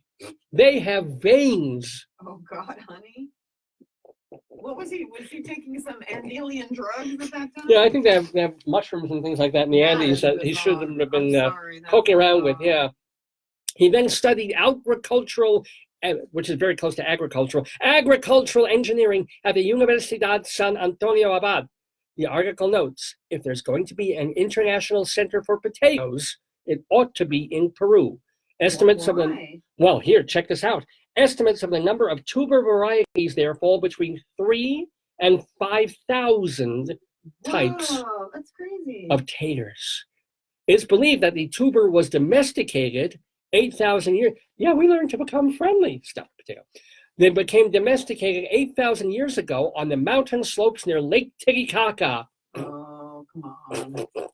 I'm sorry. Are they laughing? Since then, Peruvians have embraced the potato in their cuisine with dishes such as calzas and papas a la huancaína, which is yellow potatoes in a spicy, creamy sauce. I'm sorry, potato. I know this is upsetting to you, but tasty. Potatoes are self-pollinated, kind of like nerdy boys in high school. This means taters have the male and female flowers in one plant. Really? Yeah, there's usually no crossbreeding unless you intervene. How can that be? I don't know how. Aren't there other things like that? Not worms, but who? Oh yeah. I've never heard about potatoes though. So if you ever tell a potato, go screw yourself. He is. Where am I? Now, usually they don't crossbreed unless someone like Manuel Choque Bravo intervenes, which he did. He learned to do that meticulously. Bravo removes pollen from one potato flower and sprinkles it onto another variety's flower. Then he waits to see the resulting hybrid. Bravo's brother Elmer also helps, and together they have created 70 pigmented hybrid potatoes. Wow. Estas papas son especiales. That's right. Bravo declares passionately, and he's right. The purple variety is high in antioxidants, and the red one is loaded with vitamin E and vitamin C. I want to change the system, Bravo says. The whole world thinks potatoes are just to fill up the belly. That's a lie! Oh, no? Exciting stuff here. What's it for then? Well, in other words, it's filling it with antioxidants and vitamins. Oh, that's true. So that they can be a healthy It's dish. like our eggs that are enriched with vitamin D. I like that. Yeah. Can we get some of those potatoes? Yeah, he gives them to gourmet restaurants all over Peru and all over the world. Yeah, well, I'd love to see them. Dateline, Washington, D.C. It was a big week in the nation's capital, and I think you know why. Why? Yes, on Thursday, the Washington Post ran a story judging whether Mayochup measured up to other kinds of dipping sauces. If you recall from last week, Mayochup is Heinz's big rollout of ketchup mixed with mayonnaise. The idea is to create an equivalent to international fry sauce and also further take on Hellmann's in the mayo market. The Washington Post story noted that Mayochup might be reminiscent of Thousand Islands dressing, only without the relish and onions. Well, the idea for Mayochup originated in Argentina in 1925. Really? Yes, I should say see. Puerto Ricans perfected it as their salsa rosada. Yeah, pink sauce, red sauce. Or the even more delicious sounding mayo ketchup. There you go. Yeah, mayo ketchup. Get it? Mayo ketchup, yeah. Goya has been making this stuff for years. Yeah, then why isn't Goya suing Heinz? I don't. Well, there's no patent on mixing ketchup or mayonnaise. Maybe there is. Maybe there is. So, and folks in Utah, they've been using fry sauce for decades as well. So the article in question in the Washington Post pitted Mayochup versus Goya's mayo ketchup versus Haier's Big H hamburger and fry sauce. Uh-oh. The results. Heinz Mayochup is more mayonnaise-y than ketchup-y. It's fairly mild, and it does work well on burgers. Goya's sauce has more cool ingredients like garlic, paprika, and lime juice, and it's great on fries. Haier's Big H fry sauce is the most tomato-y and probably better for fries than burgers. No, Haier's. Like Haier's makes that the root beer. Yeah. The article speculates whether, in a decade, Mayochup will become commonplace or a forgotten one-hit wonder, kind of like Heinz when they experimented a decade ago with purple and green ketchup. Let's not go there. Ew. I know. And by the way, ladies and gentlemen, we're here in Colorado. If you are in Colorado, today in Carbondale is Potato Day. It's Let's go. Are we parades. gonna go? Well, it's always Potato Day somewhere. Let's go. Let's go to Carbondale. Let's leave right now. Everybody go to Carbondale and celebrate Where is potato. Carbondale? I have to figure it out. We can't go then. Yeah. But, dress warmly, ladies and gentlemen, because here's your weather report. A chill is in the air as autumn arrives in Potato Land. Sun and clouds today give way to rain and clouds and temperatures in the 40s throughout midweek. By Friday, we might even see some overnight snow showers. So bundle up tubers and store that starch for the winter. This has been the Potato News with me, Spudward R. Murrow. Good night and good growth.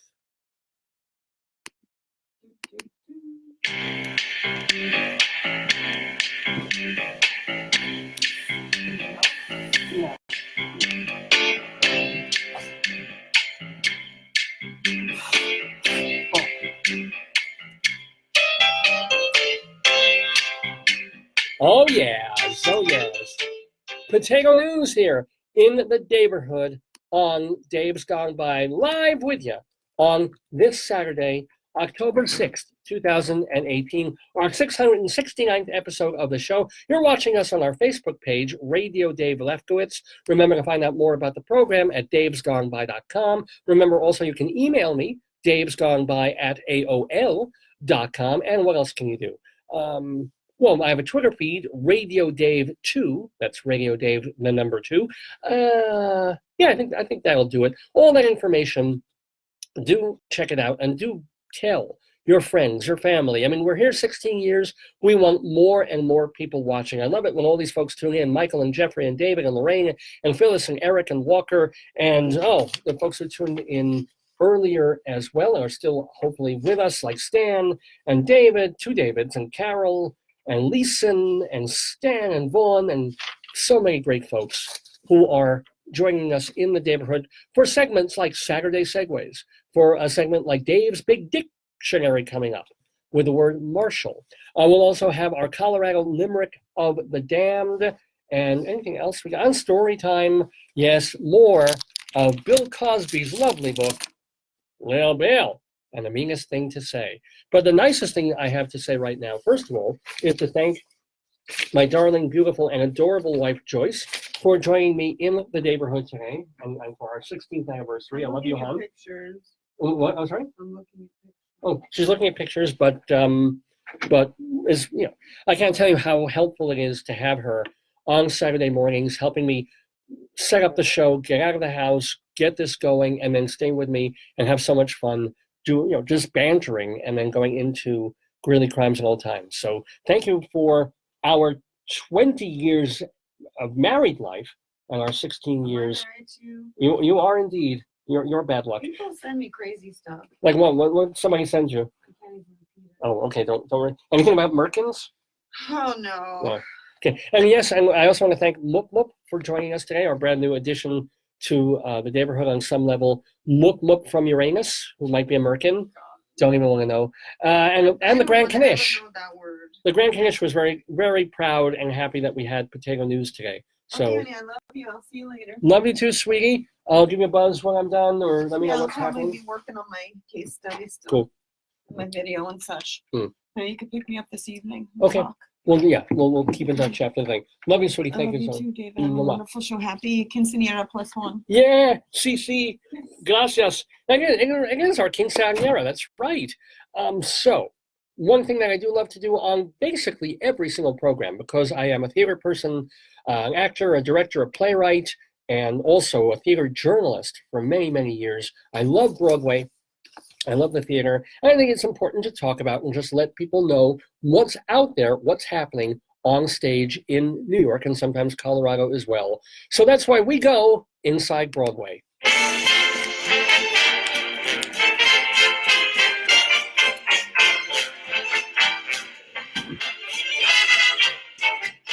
Inside Broadway, a look at theater on and off Broadway and beyond.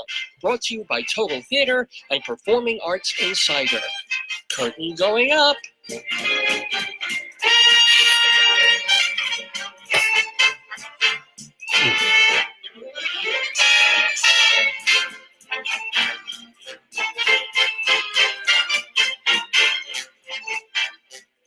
Inside Broadway we go, ladies and gentlemen, to talk theater. Hope you like it. Hope you enjoy this segment as much as I enjoy doing it, and have some news items for you, and a very happy one, and a very good one, I think. We talked a couple of weeks ago about a pilot program that the Theater Development Fund was doing in New York, where at one of their booths, one of their half-price so-called tickets booths, I think it was the one downtown, they, instead of saying what the percentage discount was, so let's say you want to buy a ticket to a Broadway show and get up to the booth, and it says, oh, this show is 40% off, this show is 30%, this one's 50%.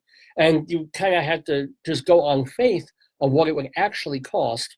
Now, because tickets are so insanely expensive, maybe they're doing it out of the goodness of their hearts, or maybe the Attorney General asked them to do it.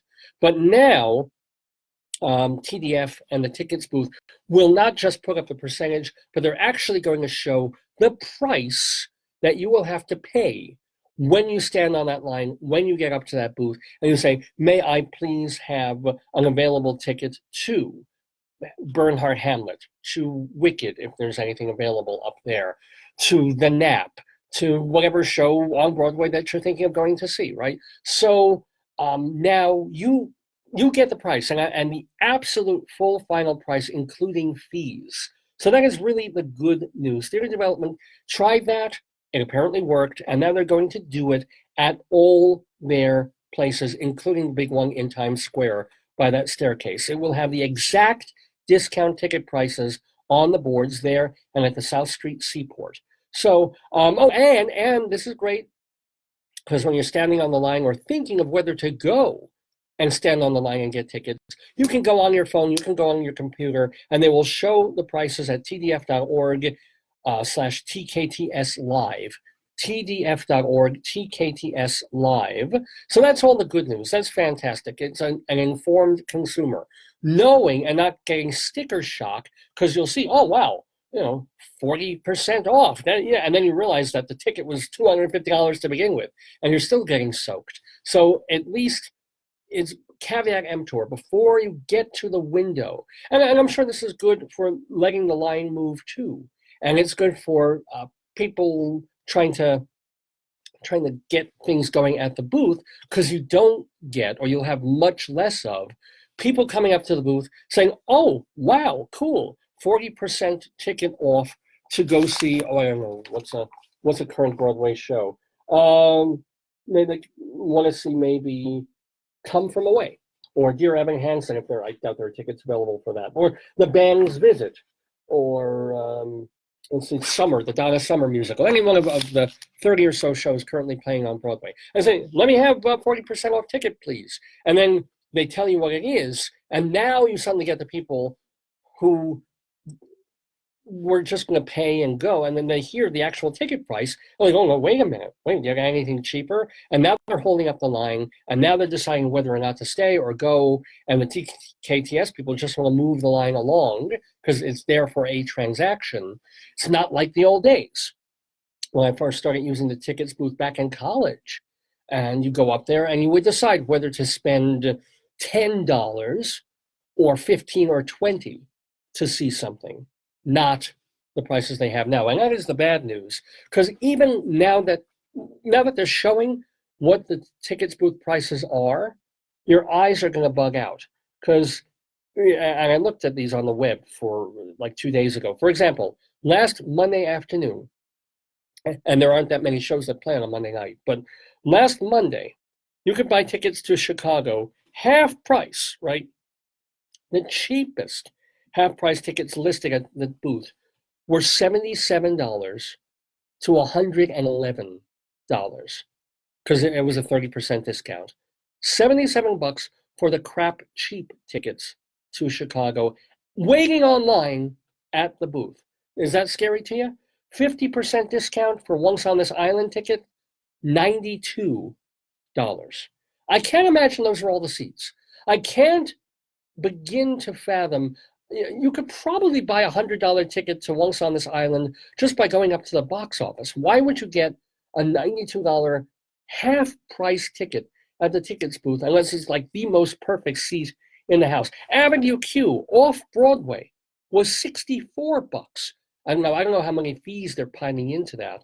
A terrible show that I actually saw off Broadway last time I was in New York, called The Imbible, which is this stupid, bad piece of stuff about just the history of how alcoholic drinks were made, and you actually get a couple of really terrible drinks to drink.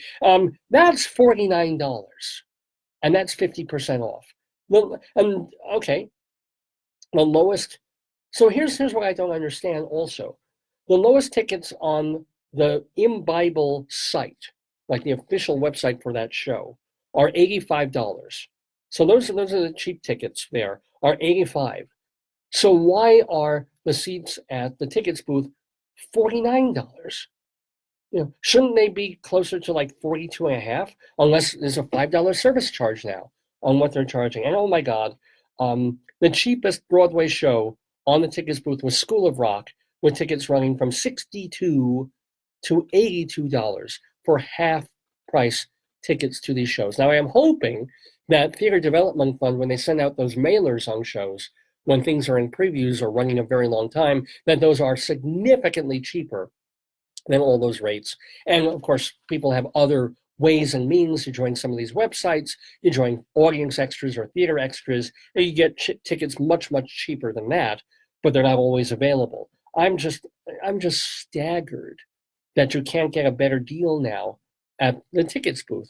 There ought to be like a subsidiary tickets booth, like a last 5 minutes booth where you can run in and everything's $30, right? Or 40 if it's a musical. Just, boom, boom, boom, boom, boom. And none of this $80, $100 for a half price ticket. It's nuts. It's nuts. But anyway, at least there's more truth in advertising. At least the consumers are more informed. Okay, some other news. Got news of a Broadway show being announced this week. That will be happening soon. In fact, this spring, Broadway will see the satirical play Hillary and Clinton. Not Hillary and Bill, but Hillary and Clinton, as a satire by Lucas Nath. Now, he got a lot of kudos last year for his play A Doll's House Part 2. That ran on Broadway with Laurie Metcalf. Well, Laurie Metcalf is back, and she's going to be in this show called Hillary and Clinton. It's directed by the ubiquitous and multi-award-winning Joe Mantello. As a matter of fact, he directed Three Tall Women that Metcalf was in this past season. So this show will be opening April 18th. They haven't picked the theater yet, or they have picked the theater and they can't announce it because there's a show still running there, and it's bad form to announce a new show in a theater that is running a show that's supposedly in an open run. But anyway, Hillary and Clinton coming to Broadway with Laurie Metcalf playing Hillary and John Lithgow playing Bill. And it's all about the former First Lady's run for president. So some topical shows on Broadway coming up, Hillary and Clinton, this spring. We'll let you know that there may be, the scuttlebutt is, the rumor is that they're going to replace one rock-oriented show with another.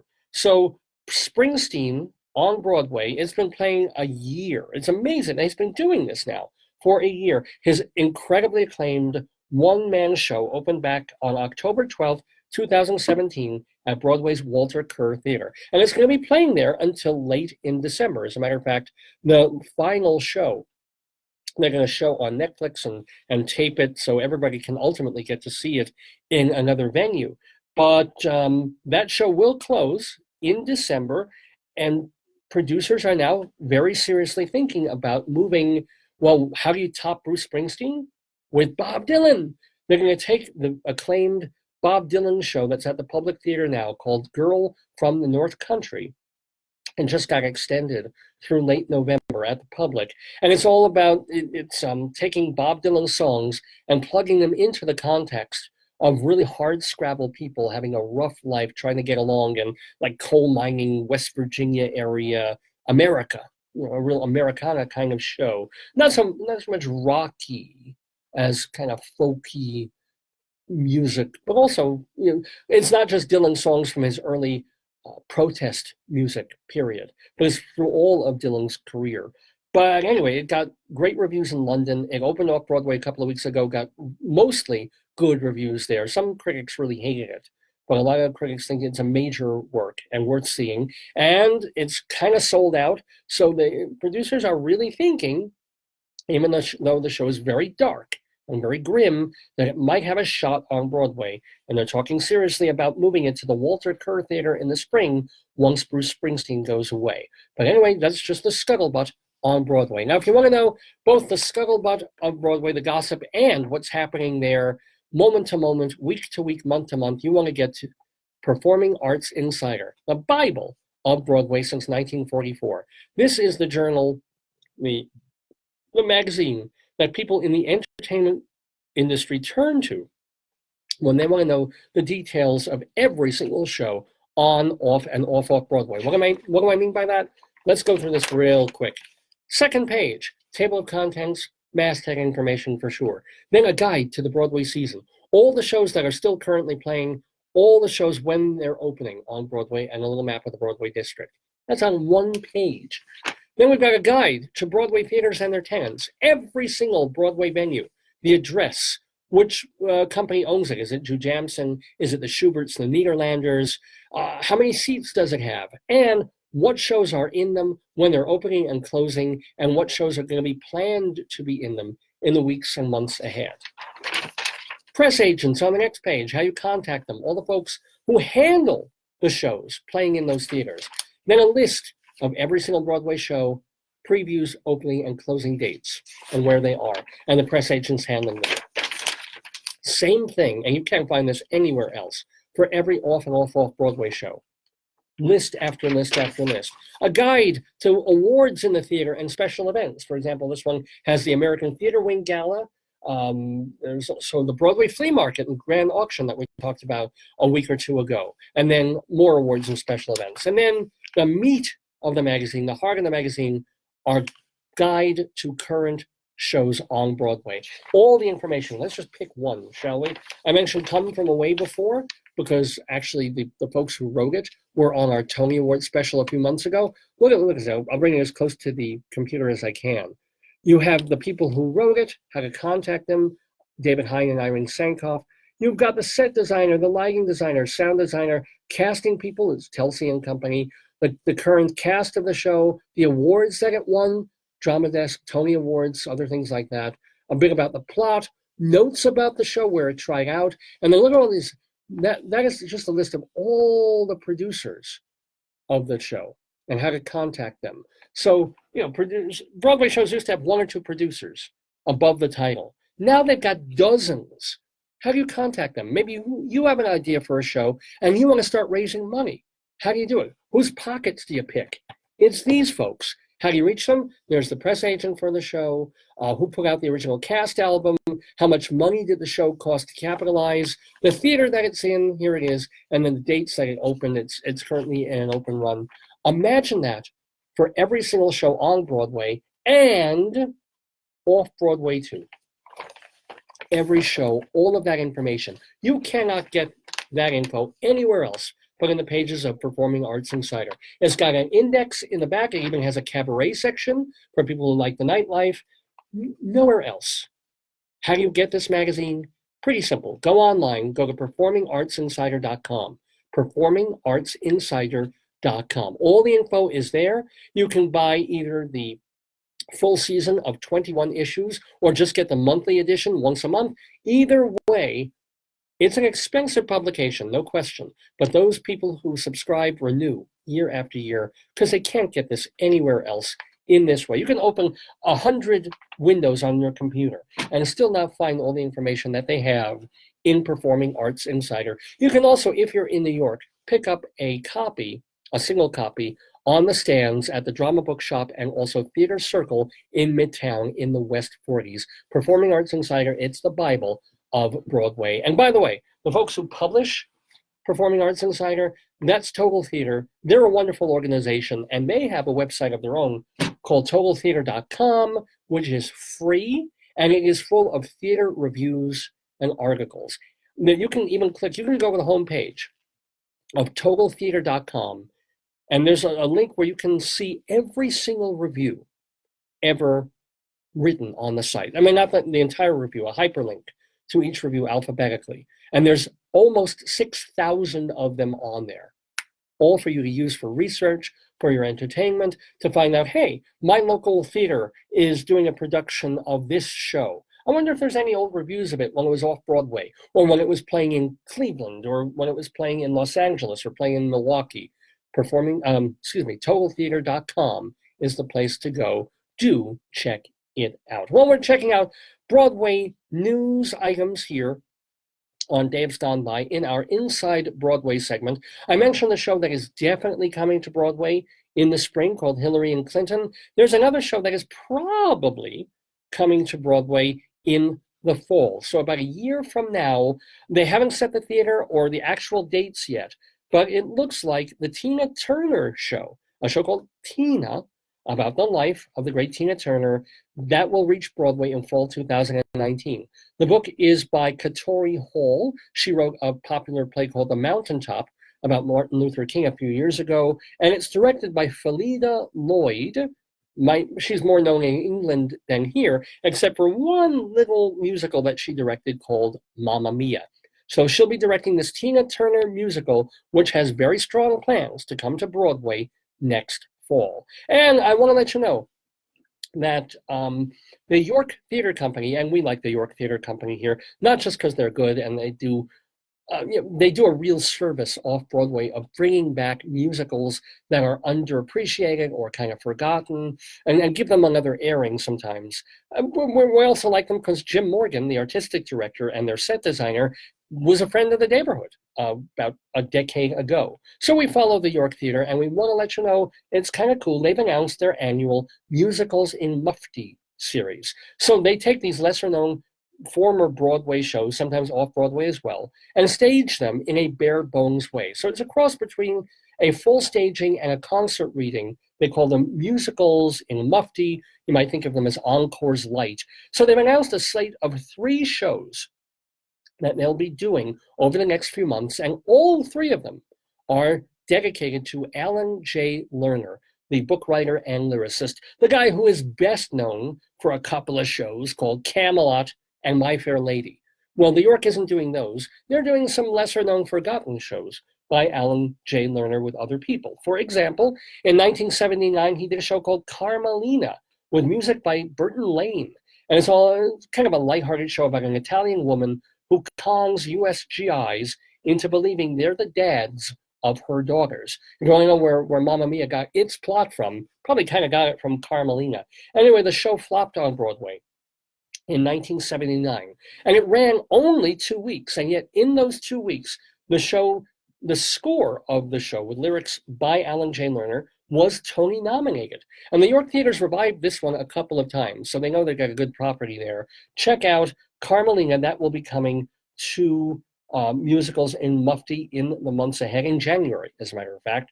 And then in February, this is a show that I actually saw. It's called Dance a Little Closer. It was back in 1983, so I wasn't even a theater critic yet. I was a college student going to shows through TDF, through the tickets booth, or in this case, my dad, I think, had someone in the office who got a pair of tickets to it for some reason. A show called Dance a Little Closer, and check out the cast of this show. It had Len Cariou, George Rose, Liz Robertson, and Allison Reed. Now, Allison Reed, you might remember from the Chorus Line movie. She was the one playing Cassie.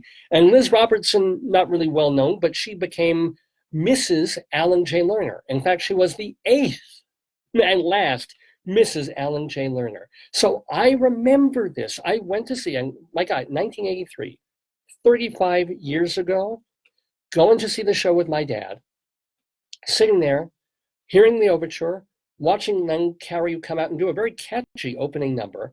And then about 15 minutes later, looking at my dad and thinking and realizing, before I was deconstructing plays, before I, again, graduated from college, become a theater critic and written hundreds, if not thousands of theater reviews, and written some more plays of my own, I sat there and just in my gut knew, oh boy, this is a flop. This is not good. Something is really wrong here. And the music seemed okay, but the book was bad. And I just sat there, and then I literally, at intermission, turned to my dad, and I think I whispered something like, "That's our Hitler," a reference which I'm sure you all know to the producers, because I just knew that no matter the talent that was up there, no matter the credits of the people involved, and I was too young to be in that mode of a real theater person who would just see Len Cariou on stage and go, "Oh my God, it's Len Cariou, George Rose, the guy from Pirates of Penzance." I was too young for that. I just wanted to go see a great show, and I wasn't given one. Or even the idea that Alan J. Lerner had written My Fair Lady, which I knew. I knew the songs from My Fair Lady, even back then. And yet I was like, okay, he did that. Now let's see what he's doing now. It wasn't that sense of, ooh, this is the latest work by a legend of the theater, Alan J. Lerner. What's he doing? So I sat there watching Dance a Little Closer, which one of the critics literally called Close a Little Faster. And it did. It closed on opening night. My dad and I saw it on the last week of previews before it opened. And it was this dumb plot and dislikable rich people. Len Cariou played, I don't even really remember this, but he played a con artist guy who was trying to romance this woman who she seems to be an heiress and an aristocrat, but she's a phony too. And meanwhile, this is all happening in a hotel just about the time that Armageddon is supposed to happen. The world is about to end. That was the plotting of this show. But I do remember that some of the music was nice. And as I said, the opening number is pretty catchy.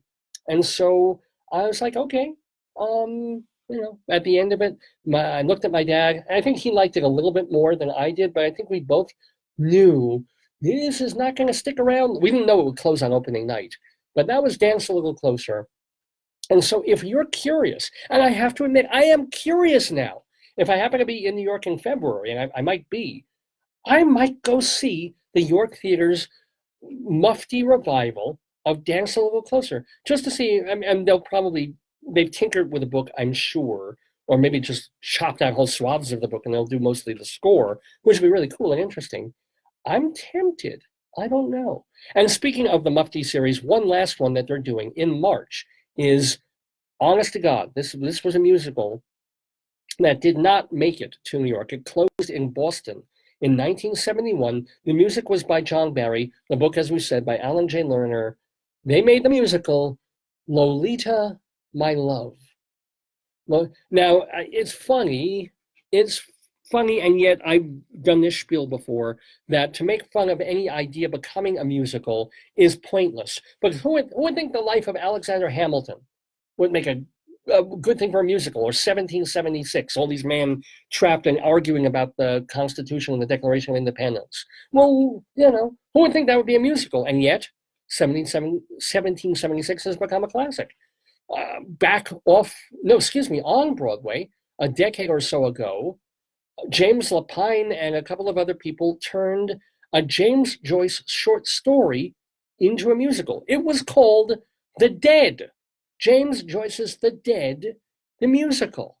You can't find a worse thing to turn into a musical than James Joyce's The Dead. And yet they did, and it was actually very good.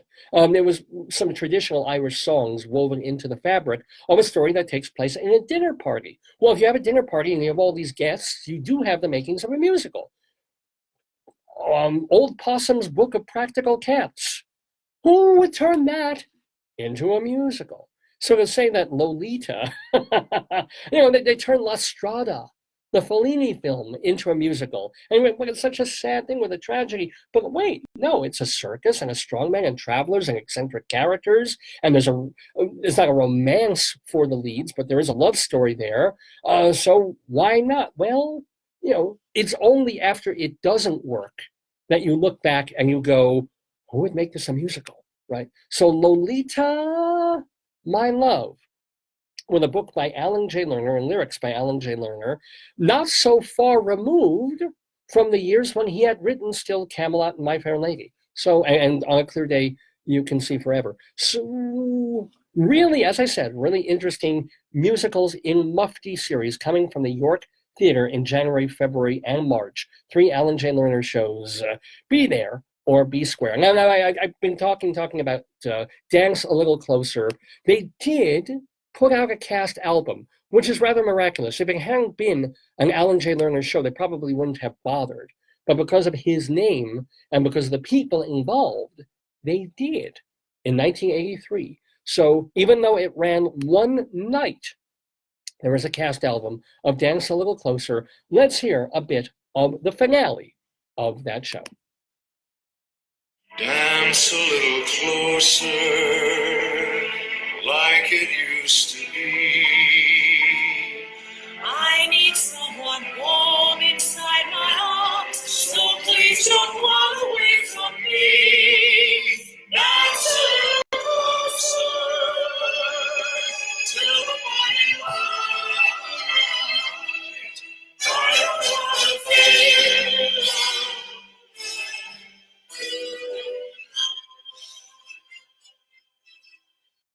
Actually, when I was looking that up on YouTube and other sites and looking up that show, someone wrote, you know what, going by the cast album, and this is someone who did not see the original production, but going by the cast album of that, I would rather listen to that old-fashioned, real Broadway kind of songwriting and show tune writing than some of the other shows that have been so acclaimed, like Titanic, and I forget what other productions that writer mentioned. And there's something to it. There's something to masters, even not at their best, still knowing the craft of what they do. I gotta listen to Dance a Little Closer cast album a bit more. But anyway, what you should be listening to a bit more is this Facebook program of the stream, Dave's Gone By, our 16th anniversary episode today, right now, because it's October 6th, 2018. And 16 years ago, we began this program on Long Island Commercial Radio. Here we are. We've come so far in the Daverhood. I'm Dave Lefkowitz, by the way, host and producer of the program. And it's wonderful that all the folks tune in here on Saturdays from 9 until noon or thereabouts, Mountain Time, or 11 until 2 Eastern Time. Welcome, by the way, to Phyllis and Eric and Walker and Bruce and all the folks who've tuned in over the past 2 hours. Are we done? Because it's 11 o'clock here, Mountain Time. Oh, no, we have another hour or so to go of more great stuff. We've got a Saturday segue. We're going to go through Dave's big dictionary for the word marshal. That's my word to talk about. Think of something to talk about. I mentioned the Saturday segue, and story time. How could I forget? Part 2 and the exciting finale of the Bill Cosby book, Little Bill, The Meanest Things to Say. All of that coming up on Dave's Gone By. But before that, since we've just done the theater, since we're being so cultural and high-toned, I feel it's important and incumbent upon us to be poetic, to do a little bit of poetry on the program. Now, we don't have time to read whole long Robert Service poems the way Gene Shepard used to, or start doing Ozymandias, or Dickinson wrote pretty short, but doing poems by Lois Gould or whoever else, Carl Sandburg. No. Original poems here about Colorado, since we're emerging out of Greeley, Colorado, and short. Limericks, 5 lines long, and not only short and brief, but also really offensive and disgusting, because the idea of a limerick is to hit you on some level with either a punchline or something that makes you go, oh, wow, ooh, that's nasty. I like to do that, ladies and gentlemen. So, you're gonna, for just a moment, before we start story time, you might want to get the kids out of the room for this Colorado Limerick of the Damned. And our Limerick place, by the way, today. Sounds like it should be California, but no, it's Colorado. It's Buena Vista. You're the poetry man. A limerick is a comic verse of 5 lines, in which lines 1, 2, and 5 will end with words that rhyme. And likewise, verses 3 and 4 also end with words that rhyme. So this is a limerick. Rocky Mountain.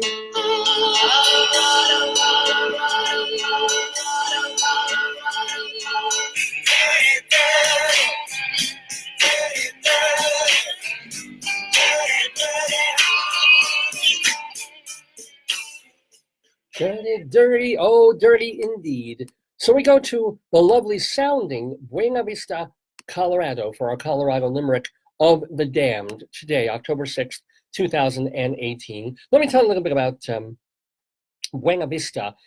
It is a town of about 2,500, so it's kind of a small place. First settled back in 1864.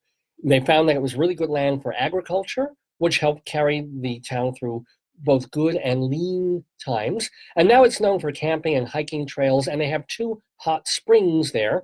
This is kind of Coloradans being as we are, like the whole rest of the world and everywhere else in America calls Colorado, Colorado, or the Spanish would probably say Colorado, Colorado, but we say Colorado. And I don't even know why I say we. I've only lived here 9 years, but that's the way we pronounce it. Colorado. Buena Vista people sometimes pronounce it Buena Vista. I kid you not. Buena Vista, or they just abbreviate it to BV. According to the Chamber of Commerce, upcoming events in Buena Vista, Colorado include baby sign language, reading with your puppy, American Legion bingo, and rather incongruously, women in science and their discoveries, a lecture. So they're trying over there in Buena Vista. I'm sorry.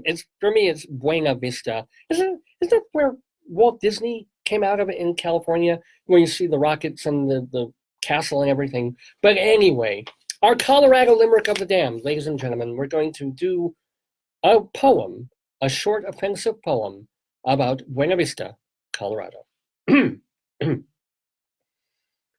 For raping a girl and her sister, a pedophile from Buena Vista was thrown into Rikers with big hairy bikers, and now he takes dicks up his keister.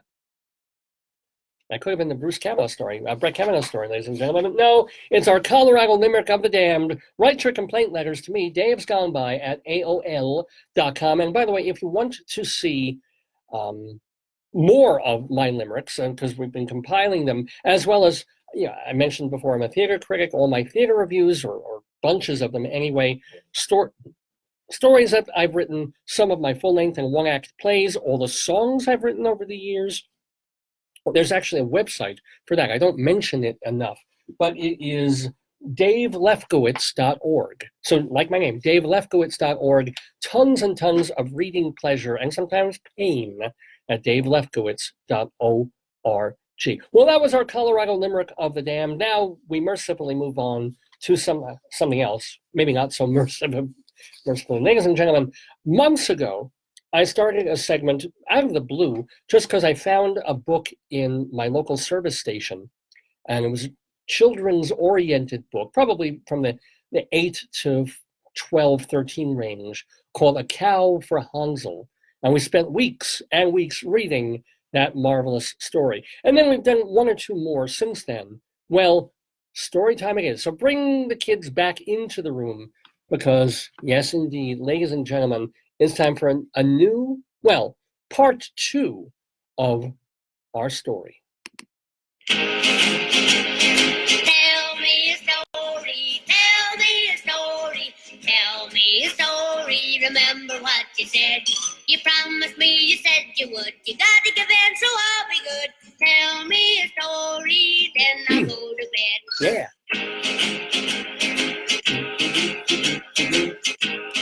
Okay.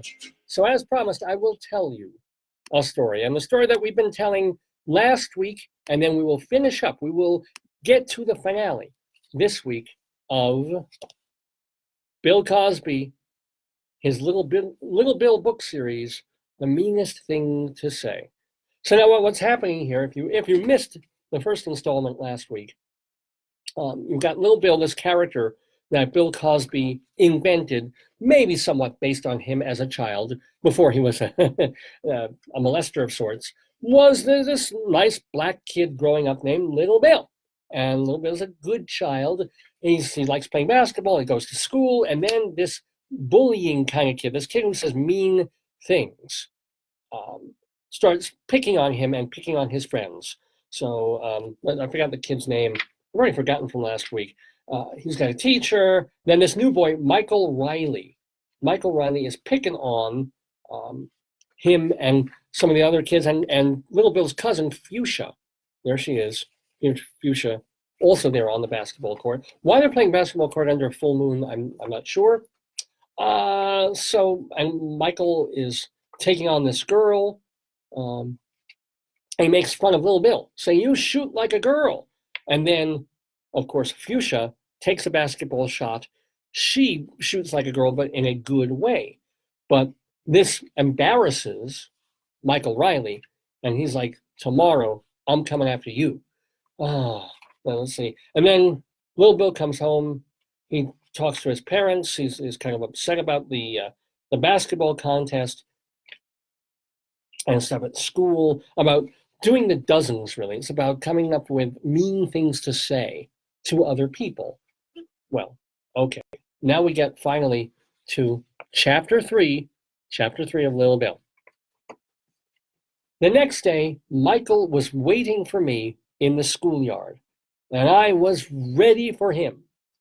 "You smell like old egg salad," Michael started. Oh boy, that's harsh.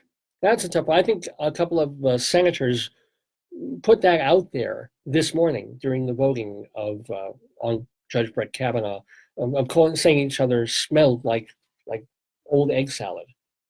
"You smell like old egg salad," Michael started. "So?" I said. Now that's really funny if you read last week's part, because that was what Little Bill's father was jokingly saying. "So, you're a stupid nerd who looks like a slimy slug." Some alliteration there in the Bill Cosby book. That's what Michael is saying. Little Bill replies with, "So? You're a teacher's pet with bugs living in your hair," said Michael. I thought that was funny, and I laughed, and I said, "So?" Yeah, it's kind of infuriating. If I were Michael Riley, I'd start beating the shit out of Little Bill right about now. Soon the other kids were laughing, and Michael was getting angry. "This isn't how you play the game. You have to call me names. Call me stupid. Call me mean. I'm ugly," Michael yelled. I laughed harder.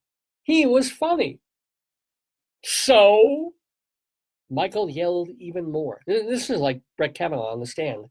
"You're supposed to be getting angry. You should be crying by now. What's wrong with you anyway?" "You're funny," I said, and then the bell rang.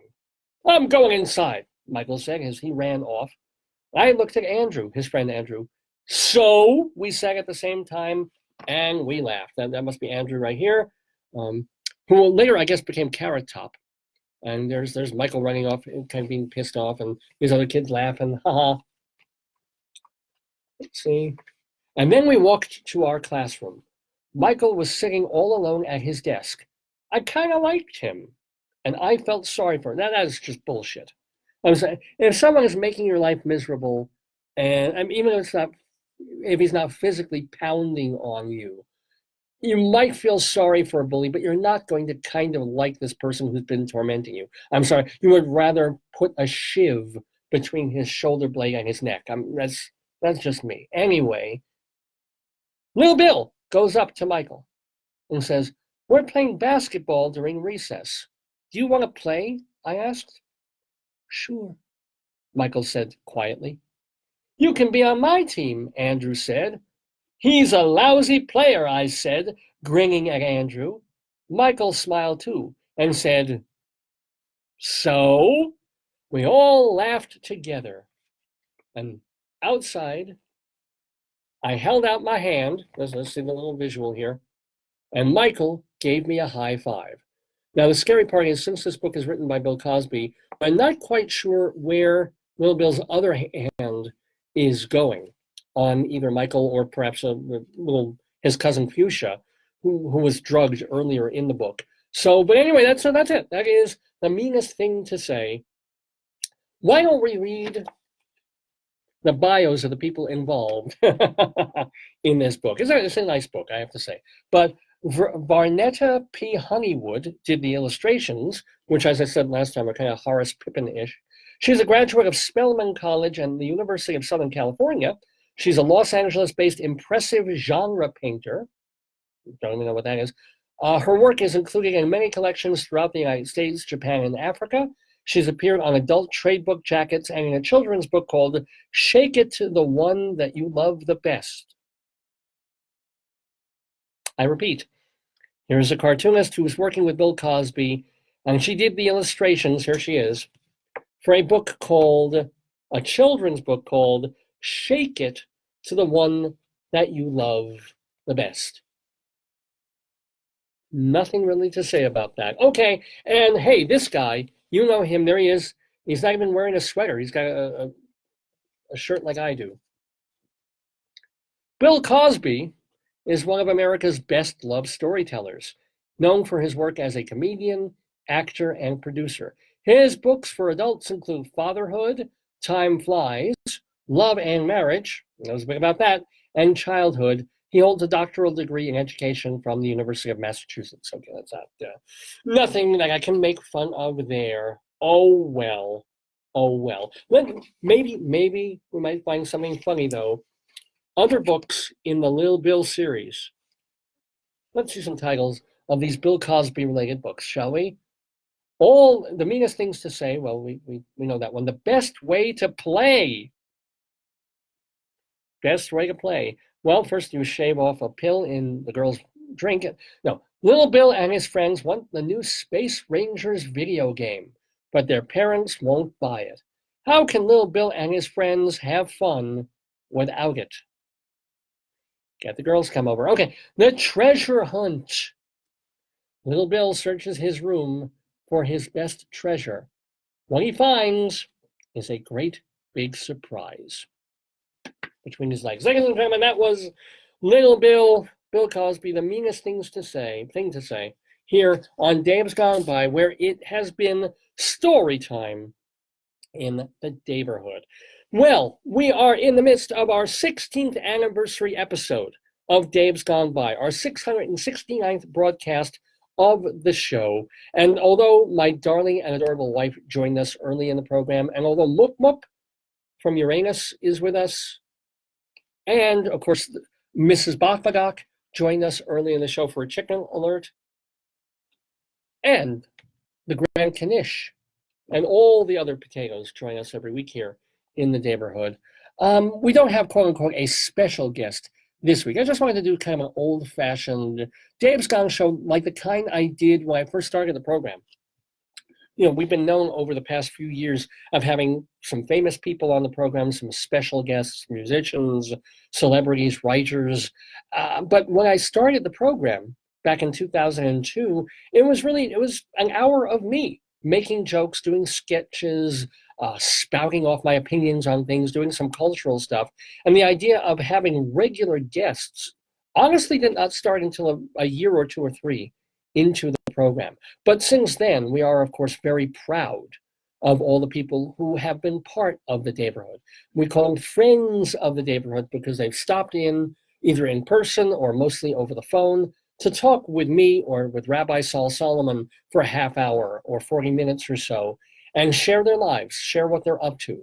We like to keep tabs on what they've been up to ever since, and that's why we call it Friends of the Daverhood.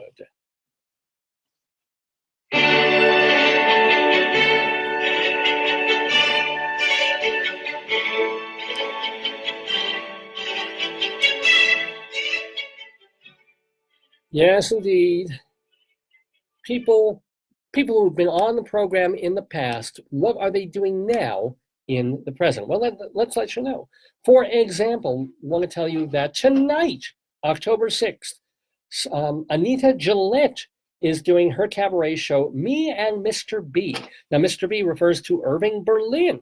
So she's doing a bunch of Irving Berlin shows with another B at Birdland. That is this evening. Also happening this evening, Steve Solomon is doing his one-man show, My Mother's Italian, My Father's Jewish, and I'm in Therapy. He did that off Broadway, and he's done it tons of places. If you've never seen it, it's actually quite enjoyable, and you can catch it at the Patchogue Theater on Long Island tonight. Also tonight, if you happen to be in another part of New York State, up in Nyack, New York, see Neil Berg's 100 Years of Hollywood. It's a fundraiser for Rivertown Films over in Nyack at the Nyack Center tonight, Saturday night. And even so, one more time, one last chance, I do believe, to see David Mandelbaum in his new Yiddish rep show performance, The Whore from Idaho, at the Kamer Theater that is on West 39th Street. The Whore from Idaho, from New Yiddish Rep with our friend David Mandelbaum. All of that is today, Saturday. Now, turning to tomorrow and also Monday, Dick Cavett will narrate a new play by Billy Crystal. Now, Billy Crystal's written a play that I assume he wants to bring to Broadway in a year or two. It's called Have a Nice Day. And he's got actors for it, Keegan-Michael Key and Daryl Hammond from Saturday Night Live. They will be helping to read the play for Audible.com at the Minetta Lane Theater. So this is a two-night thing tomorrow and Monday at the Minetta Lane off Broadway downtown. And assuming things go well and Crystal does some revisions on it, we may see the show in a bigger way later on. But if you want to hear and see Dick Cavett, maybe the greatest, other than Steve Allen, maybe the second greatest all-time talk show host. Well, Letterman. Anyway, one of the greatest all-time talk show hosts. Go see Dick Cavett in this new play being read by Billy Crystal, Have a Nice Day. That is happening tomorrow and Monday. Also on Monday, October 8th, it's a release party for the original cast CD of Miss You Like Hell, a show that ran at the Public Theater off Broadway, featuring our friend Daphne Rubin Vega. Get the CD from Ghostlight Records. And then from October 10th through the 28th, it starts this Wednesday.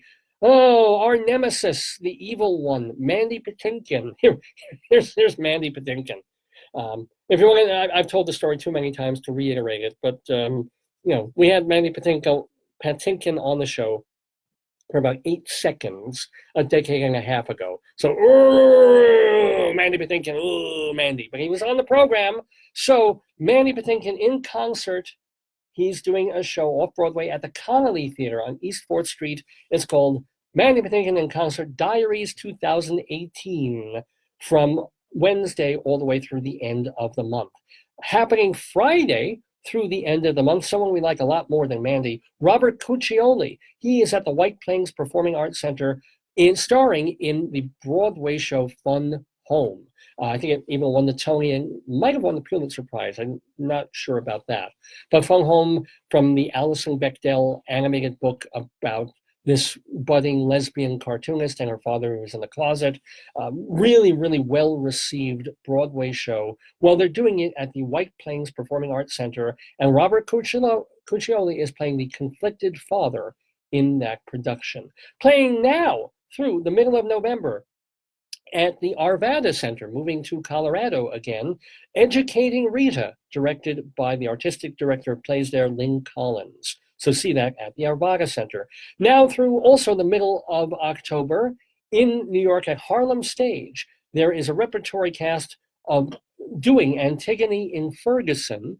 It's a play with music and features Tamara Tooney. I don't think she's at every performance. She's in a rotating cast, but our friend Tamara Tooney in that show at Harlem Stage. Richard Nelson, the playwright, our friend, is adapting and directing, we mentioned this before, Uncle Vanya, featuring J.O. Sanders, that is at the Hunter Theater Project, now through the middle of October. And also, through the middle of October, it's Tootsie, the musical that is in Chicago, featuring our friend Julie Holston. And of course, the score, the music, is by David Yazbek, our pal, who also wrote a little show called The Band's Visit, which you can see on Broadway. And speaking of Chicago, at the Goodman Theater, David Cale's new solo show with music, We're Only Alive for a Short Amount of Time, that is playing now through later in October, as is, oh boy, it's an Austin Pendleton alert.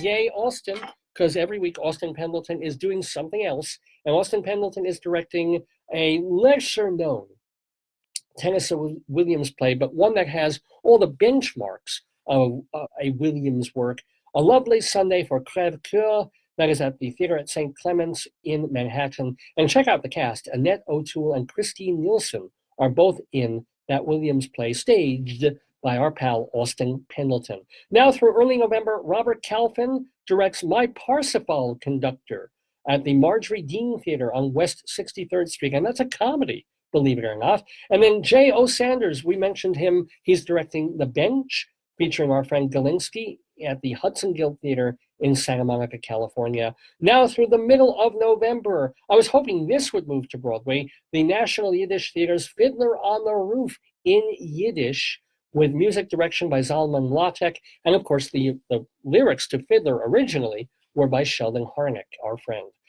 Desperate Measures, the musical comedy at the York Theater, we were talking about the York Theater before, and their Mufti series. Desperate Measures has been extended again all the way to the end of the year, and that features music by David Friedman and a set designed by the York's artistic director, Jim Morgan. And that show did win the Outer Critics Circle Award for Best Off-Broadway Musical. Playing now through late January, it's School of Rock, with lyrics by our pal Glenn Slater. Come From Away, we mentioned that before. You can see that at the Gerald Schoenfeld Theater. Le Chans is in summer, the Donna Summer musical at the L'Enfantin Theater, while Daniel Breaker is still in Hamilton playing Aaron Burr at the Richard Rogers Theater. In terms of nightlife, don't forget Jim Caruso's cast party every Monday night at Birdland. And if you want to find out about New York nightlife and theater, check out StageBuddy.com, founded and edited by my friend Evan Seplow. Subscribe to DrDemento.com for new and old Dr. Demento shows, and watch on Manhattan Neighborhood Network 2, count them, 2 theater-related programs, Eva Heinemann's High Drama, and Charlie Gross and Leslie Hoban Blake's 2 on the Aisle. You're going to read Mary Shen Barnage's Chicago reviews in the aforementioned TotalTheater.com, and you can read Willard Manis's Los Angeles reviews there too. Oh my gosh, what else? And Gil Moon. Let's not forget, our radio friend Gilbert Moon hosts Senior Circles Sunday mornings on KFKA radio here in Greeley. And then he does old time radio, and he plays old time radio shows on KFKA on Sunday evenings from 6 until midnight. So a shout out to Gil Moon and to all the friends of the Daverhood. Here we go. Woo!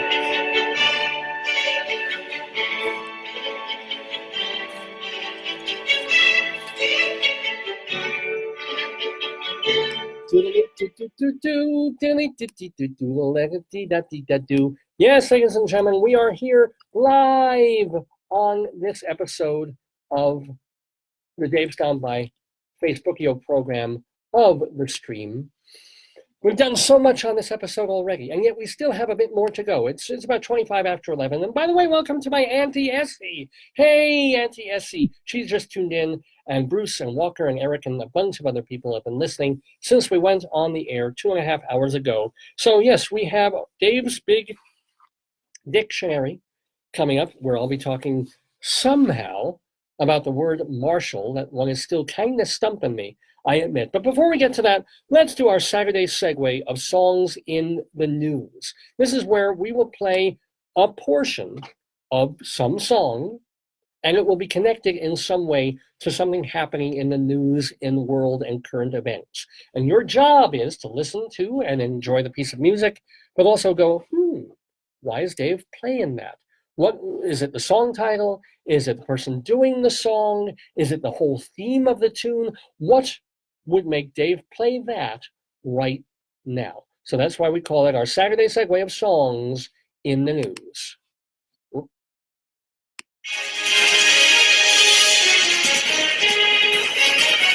extra, extra, hear all about it. We provide the rhymes, you provide the reasons. It's our Saturday segue of songs in the news.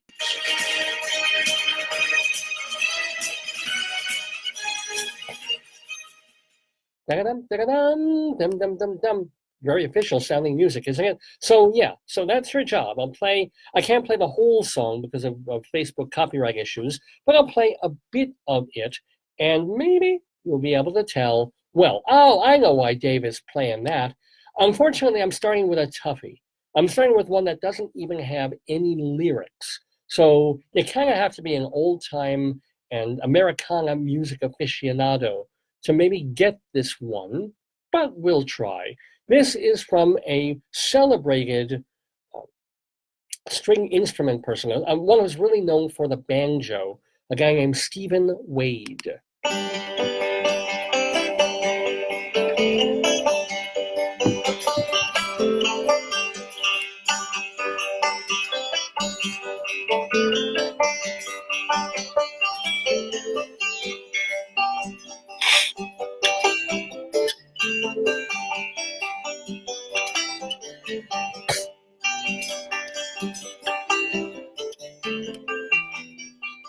Stephen Wade actually did an off-Broadway show, about 2 decades ago called Banjo Dancing, where he would talk about the banjo and play songs and do anecdotes and stories. It was pretty good, and have one of his albums. But anyway, Stephen Wade from his 1990 CD, Dancing Home.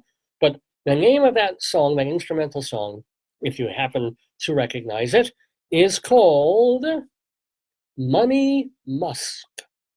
Money Musk. Why would I be playing a song with that title on Dave's Gone By today, October 6, 2018? Well, back on Monday, shares of Tesla Inc. jumped 18% on the news that their CEO, Elon Musk, settled an SEC lawsuit against him, and he said and promised to step down as the chairman of the company, although he gets to remain the chief executive officer.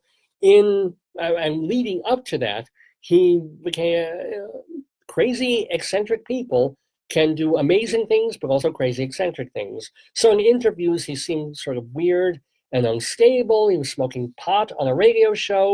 It might be the image we have of someone who's got wild and crazy and wonderful ideas and can make them happy. It is not the image that investors of millions and millions of dollars into a company want to see from their COO. So he's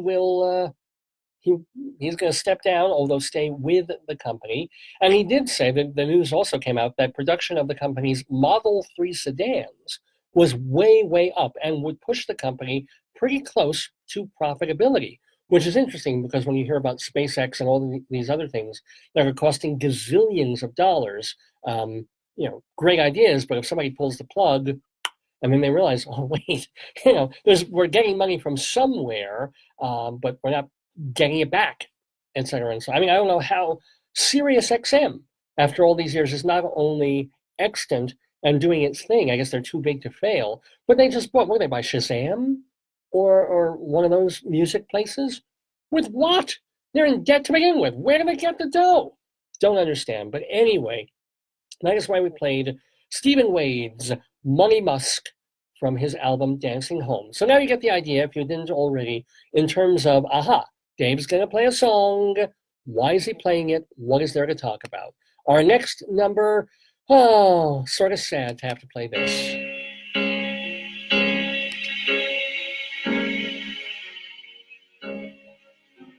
She may be the face I can't forget, a trace of pleasure or regret, maybe my treasure or the price I have to pay. She may be the song that summer sings, maybe the chill that all. Okay, there's a man who could sing in English. He could also sing in French, probably German and Italian as well, and maybe half a dozen other languages. That was a popular song all over the world. It was like a #1 hit pretty much everywhere back when that came out, which I think was in the early it was 1974 #1 hit in the United Kingdom, the song She. Well, yeah, She, of course, is all over the news. Women's rights, women's issues, what Brett Kavanaugh did or didn't do.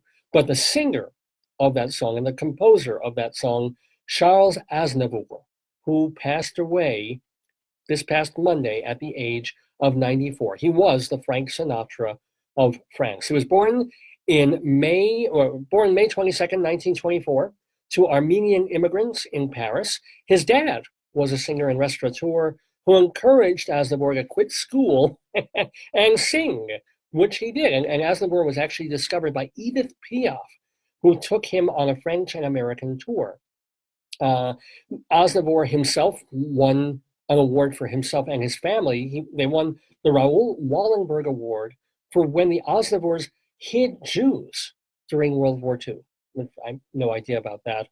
During his very long and respectable career, he recorded 91 albums, wrote 1,000 plus songs, and he sang in half a dozen languages. If you remember, he starred in one of my favorite Francois Truffaut films called Shoot the Piano Player. He collaborated with or did duets with the likes of Youssou N'Dour, Sting, Celine Dion, and Placido Domingo. Don't hold that against him. He did, a decade ago, a farewell tour. But you know what? His last concert was September 19th of this year in Osaka, Japan. And how many people do you know have a star on the Hollywood Walk of Fame and are a national hero in Armenia? So, yeah, I do recall seeing Aznavour on Broadway about 15 to 20 years ago. And this is one of the things I was talking about last time in terms of when I watched Dance a Little Closer on Broadway and wasn't necessarily appreciating that the work I was watching, even though it wasn't good, was by Alan J. Lerner and George Rose and Alison Reed and people like that, and Len Cariou. It didn't register on me the way it would have people who knew their work a lot better and had been going to the theater many more years and much more than I was. It was kind of that way with Aznavour, and I didn't know his songs. I didn't really know or care about his work. I was a theater critic seeing everything on Broadway, so I'm like, oh, this guy's famous, and I'll hear 2.5 hours of continental songs by Charles Aznavour. And it was nice, and then I was kind of bored out of my mind. But I'm glad I saw him. I'm glad I got to, he probably did that song. I didn't even, and people probably heard, he's doing She. And me, I'm like, oh, okay, kind of a nice tune. People seem to be really familiar with it and like it a lot. That's the way things go. But we certainly say farewell to Charles Aznavour, who passed away at 94 this past week. Let's move on to another song in the Daverhood as part of our Saturday segue of songs in the news. I haven't checked the news yet, but, I can check it right now before I play this. So, because it's literally up to the minute. Give me a moment, folks. Sorry about the tippy-tappy tapping noises. Did it happen? Is it happening?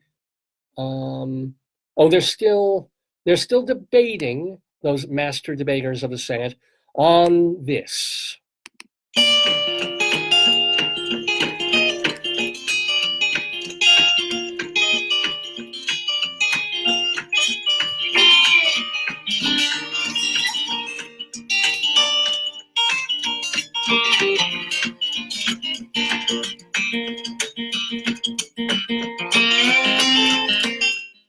And by the way, that fine guitar is by our friend in the neighborhood, Chris Smither.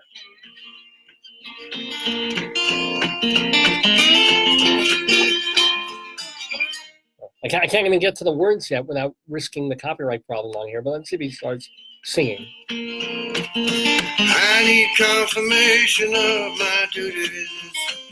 Help me get my poor life back in line. If I tell you what the hell I'm up to. From his album Train Home, our friend of the neighborhood, Chris Smither, singing there, Confirmation. That's the name of the track, Confirmation. Why would I be playing Confirmation right now? Well, you all know. Right now, as we speak, the Senate is contentiously debating the confirmation is all but certain at this point for Brett Kavanaugh to become a right-wing conservative Supreme Court justice, tipping the balance, I guess, to what is it, 7-4, or I forget. It was 5 and 6, or 6 and 5 conservative. Now it's going to be 7 and 4, etc. Because he's Trump's man. Trump backed him.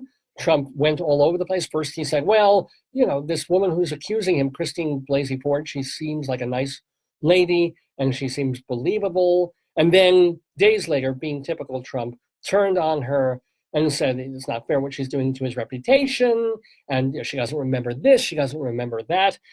Literally talking about nothing had changed. It was the same hearing that Trump was watching with the rest of America, where he said, oh, she seems like a credible witness. And then days later, it's like, no, she doesn't remember this, she doesn't remember that. No, she's ruining this man's life for no reason. He needs to be confirmed. Well, he's going to be.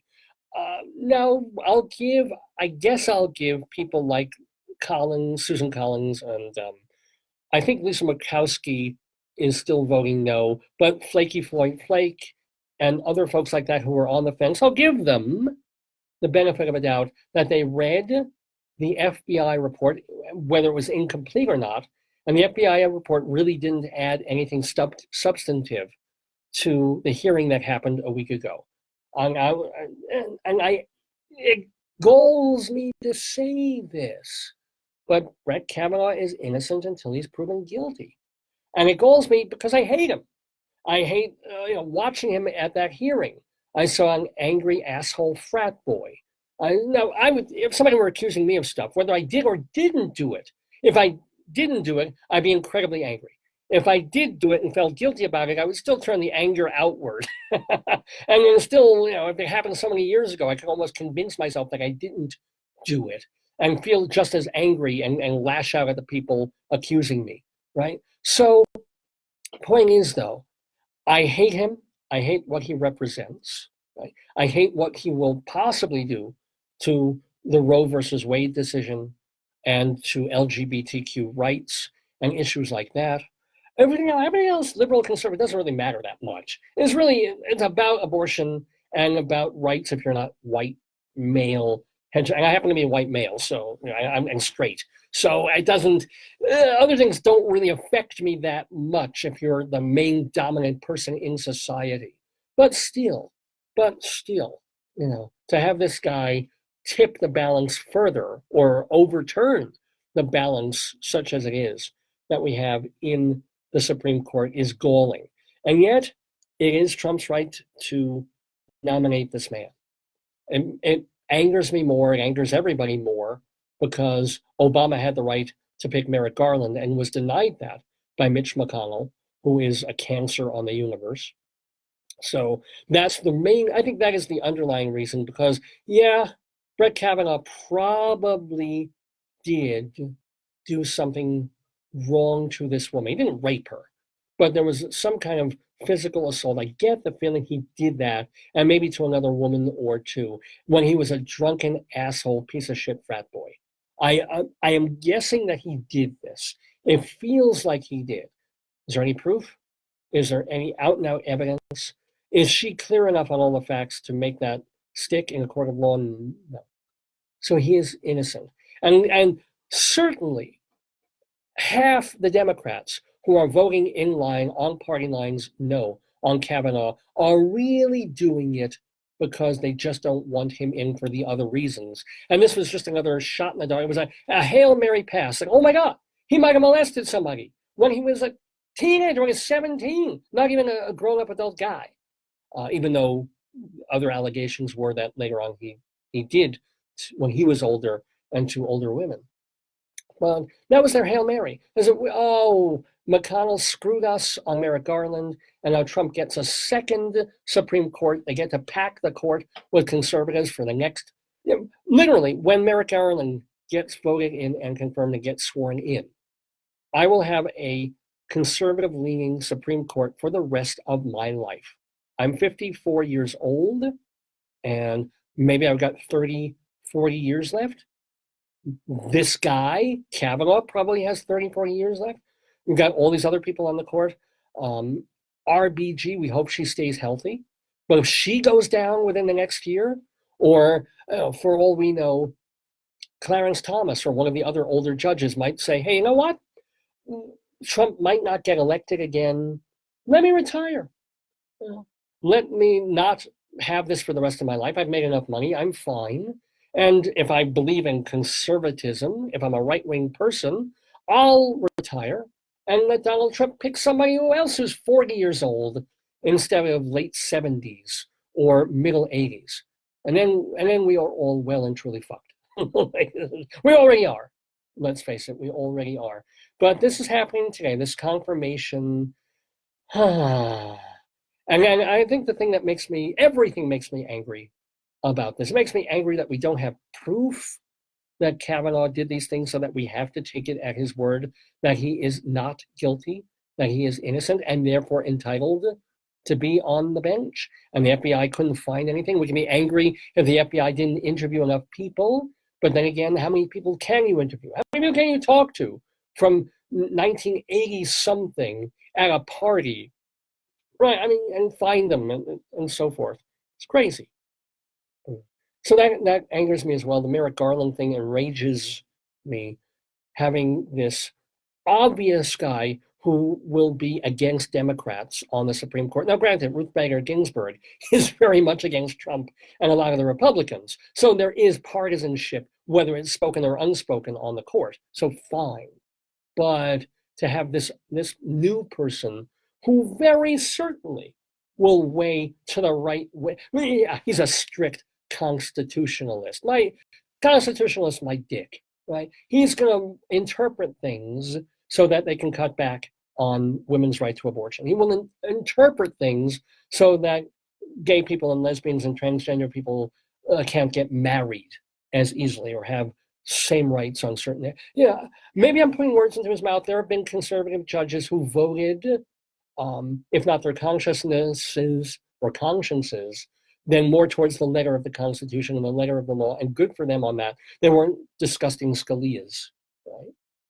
So that is possible. And he vows to be a fair and prudent judge and rule based on the rule of law and not the rule of politics. I think it's bullshit, but maybe he'll prove us wrong. I'm angry about, and angry most of all, I think, turning the anger in on ourselves at the Democrats, because boy, oh boy, we sure know how to make a lot of noise while losing. And we have been losing again and again and again. We lost the presidency. It wasn't as, we had all the charts and graphs that they were showing on MSNBC that Donald Trump couldn't win, and they had this ridiculous little narrow needle to thread if he wanted to even have a shot of winning the presidency.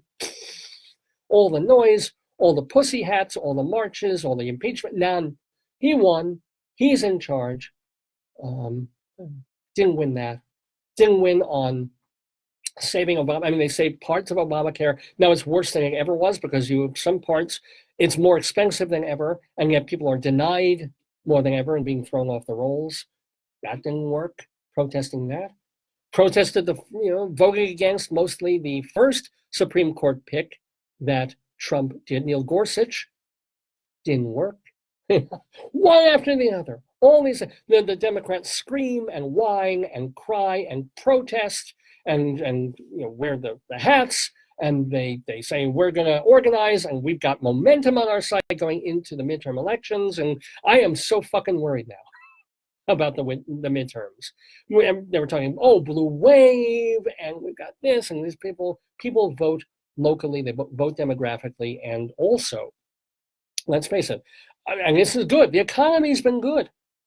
Then we have the lowest unemployment numbers in 50 years, was it? Since the 1960s, lowest unemployment, 3.7 unemployment rate. Whether they're fudging the numbers or not, they're always fudging the numbers. That's what they've got. And jobs are hiring. And in fact, they're worried now. Well, I'm already, I've already moved into the next, the next song I'll play. I'll play it in a moment. But it's like, so that's going to make it really tough for the Democrats to win in November, in a month and a half from now, or a month even from now. We lose. We bitch, we cry, and we lose.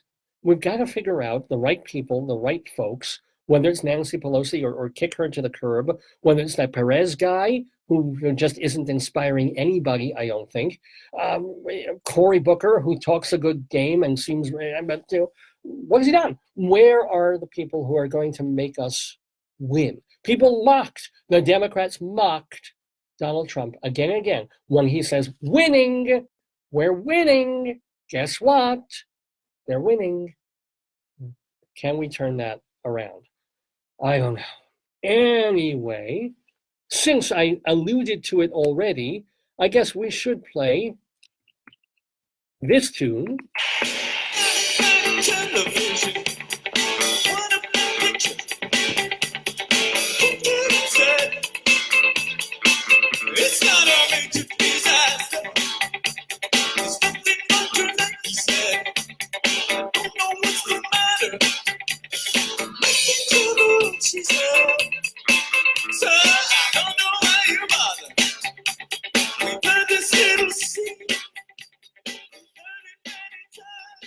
Some David Byrne there from the live Talking Heads concert, and also I guess the film is part of that too.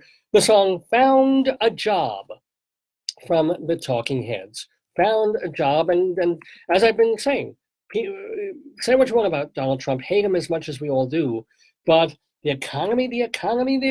And in September, the unemployment rate fell to its lowest rate since 1969. Wages grew, of course, only slightly because the big bosses are making all the money, but companies are feeling the pressure to compete. Amazon, bless their hearts, raised wages across the board to $15 an hour, which really should be the American minimum wage in most cities and towns, unless they're really, really depressed. Of course, the problem is that interest rates are starting to creep up too, which means inflation is creeping up. And you're paying $3 at least for gas now, and other things might be a little more expensive also. It's funny, I was at the bank this week because I went to Wells Fargo. After I realized, after looking at a statement that I hadn't seen in a while, noticing that they were docking me $14 a month on my business account, an account I've had open for 9 years. It was never a problem. And then suddenly, wait a minute, because I stopped receiving paper statements from Wells Fargo. And when it came in an envelope, when it came on paper, I would open up the envelope, I'd give a glance real quick to what was on there, and then I'd go file it. When they stopped sending paper, I've got so many emails in my email box. I would look, I would say, okay, Wells Fargo, fine, put money in there, great. And then I look over it, and $14 deducted, and $14, and $14 for like months. I'm like, when did this happen? When did this start? So I march over to the Wells Fargo people locally here, like a few blocks away. And it's like, oh yeah, sorry, let's see what we can do. And they reversed about half a year of charges, and I had to close a couple of my accounts. And I said, well, wait a minute, they said, you have a little bit of money in these accounts that we're closing. You have other accounts in here. Which one should we put it in? And I was like, well, okay, which account is getting interest? Because I have checking accounts and we've got savings accounts as well. And I said, well, in the savings account, that's getting some interest. Oh, fine. How much? 0.01%. For the past 20 fucking years, this is when people put money in the bank. Are they getting, like when I was growing up, you could get 7 to 10% interest on a CD. My dad once had a CD that was giving 14% interest, if you can believe this, right? And now, like a money market or a good savings account in Wells Fargo, 0.01% interest on your money. This is why Wall Street went way down the last 2 days of the week, because they realized, people start to get a little bit of extra dough, of better interest if money that they save, they'll be less inclined to invest it. So we shall see. But I would certainly like to see my Wells Fargo account get boosted to 0.02%. That'd be something. I could retire on that, couldn't I? Anyway, but let's face it, the economy is very strong. It's been strong for 100 straight months, which has almost never happened before. The economic turnaround that started under Obama, you have to give, kills me to say it, got to give Trump and company credit for at least the optics of it. making the economy go, as he would say, on rocket fuel. And that is why we played the Talking Heads Found a Job. I know I'm not having any luck finding any jobs in the years that I've been looking here. I mean, I teach, thank goodness, as an adjunct at this university, especially in the fall. I'm basically booked full time. In the spring, try and find another part-time job for a 54-year-old man with skills in the entertainment industry. Good luck. Good luck with all the rejection letters that I get. Yeah. Anywho, so the economy is doing really, really well. Anywho, let's get to some Tom Jones music. Oh yes, Tom Jones, later era from The Lead and How to Swing It. Ah.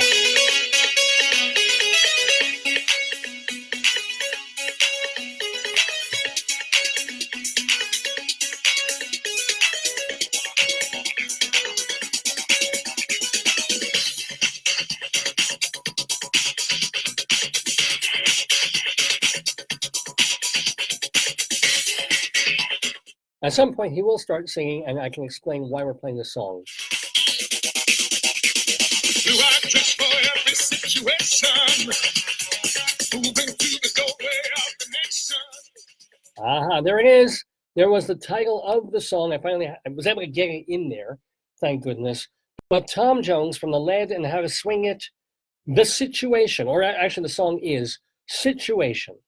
Situation. Why would we have played that on today's Dave's Gone By? Well, if you are a Jersey Shore fan, as I confess that I am, and my wife is certainly a fan, and then have enjoyed watching the trials and tribulations of Snooki and Jay Wow and Ronnie, and oh gosh, what are some of the other names of the people on there? Well, certainly there's Mike Sorrentino, The Situation.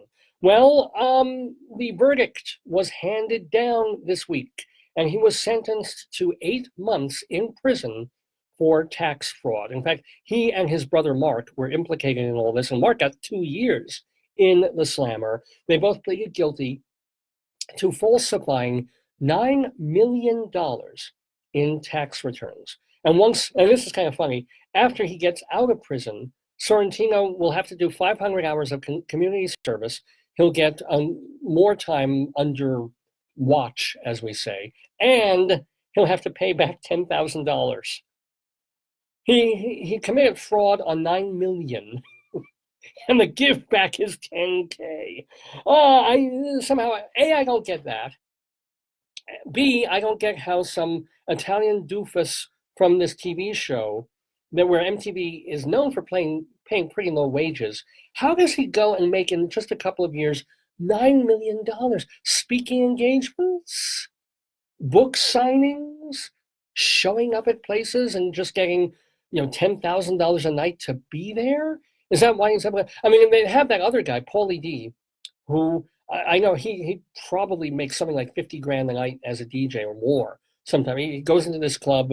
The club has 3,000 people in it, and they're all dancing, and they're all paying a cover charge. And boom, he gets insane amounts of money that he could put his great-grandchildren through college if he wanted to. I guess all these folks that we look at, and they're wearing T-shirts, and they're eating together, and maybe going on vacation, they never have to think about money again. Never really occurred to me. And money isn't always the cure of all things. I think JWoww officially announced she and her husband were getting divorced a couple of weeks ago. And now, life goes on. It's Mike, the situation. His situation is that he is going to prison. And I think it's kind of cool that all the Jersey Shore cast showed up at his sentencing. So they were there to show him some love, as it were. And he needs it, because he's also the one who went through addiction. And then he went to rehab, and then back in 2015, he relapsed and went to rehab again, kind of turned his life around, but he's going to need to.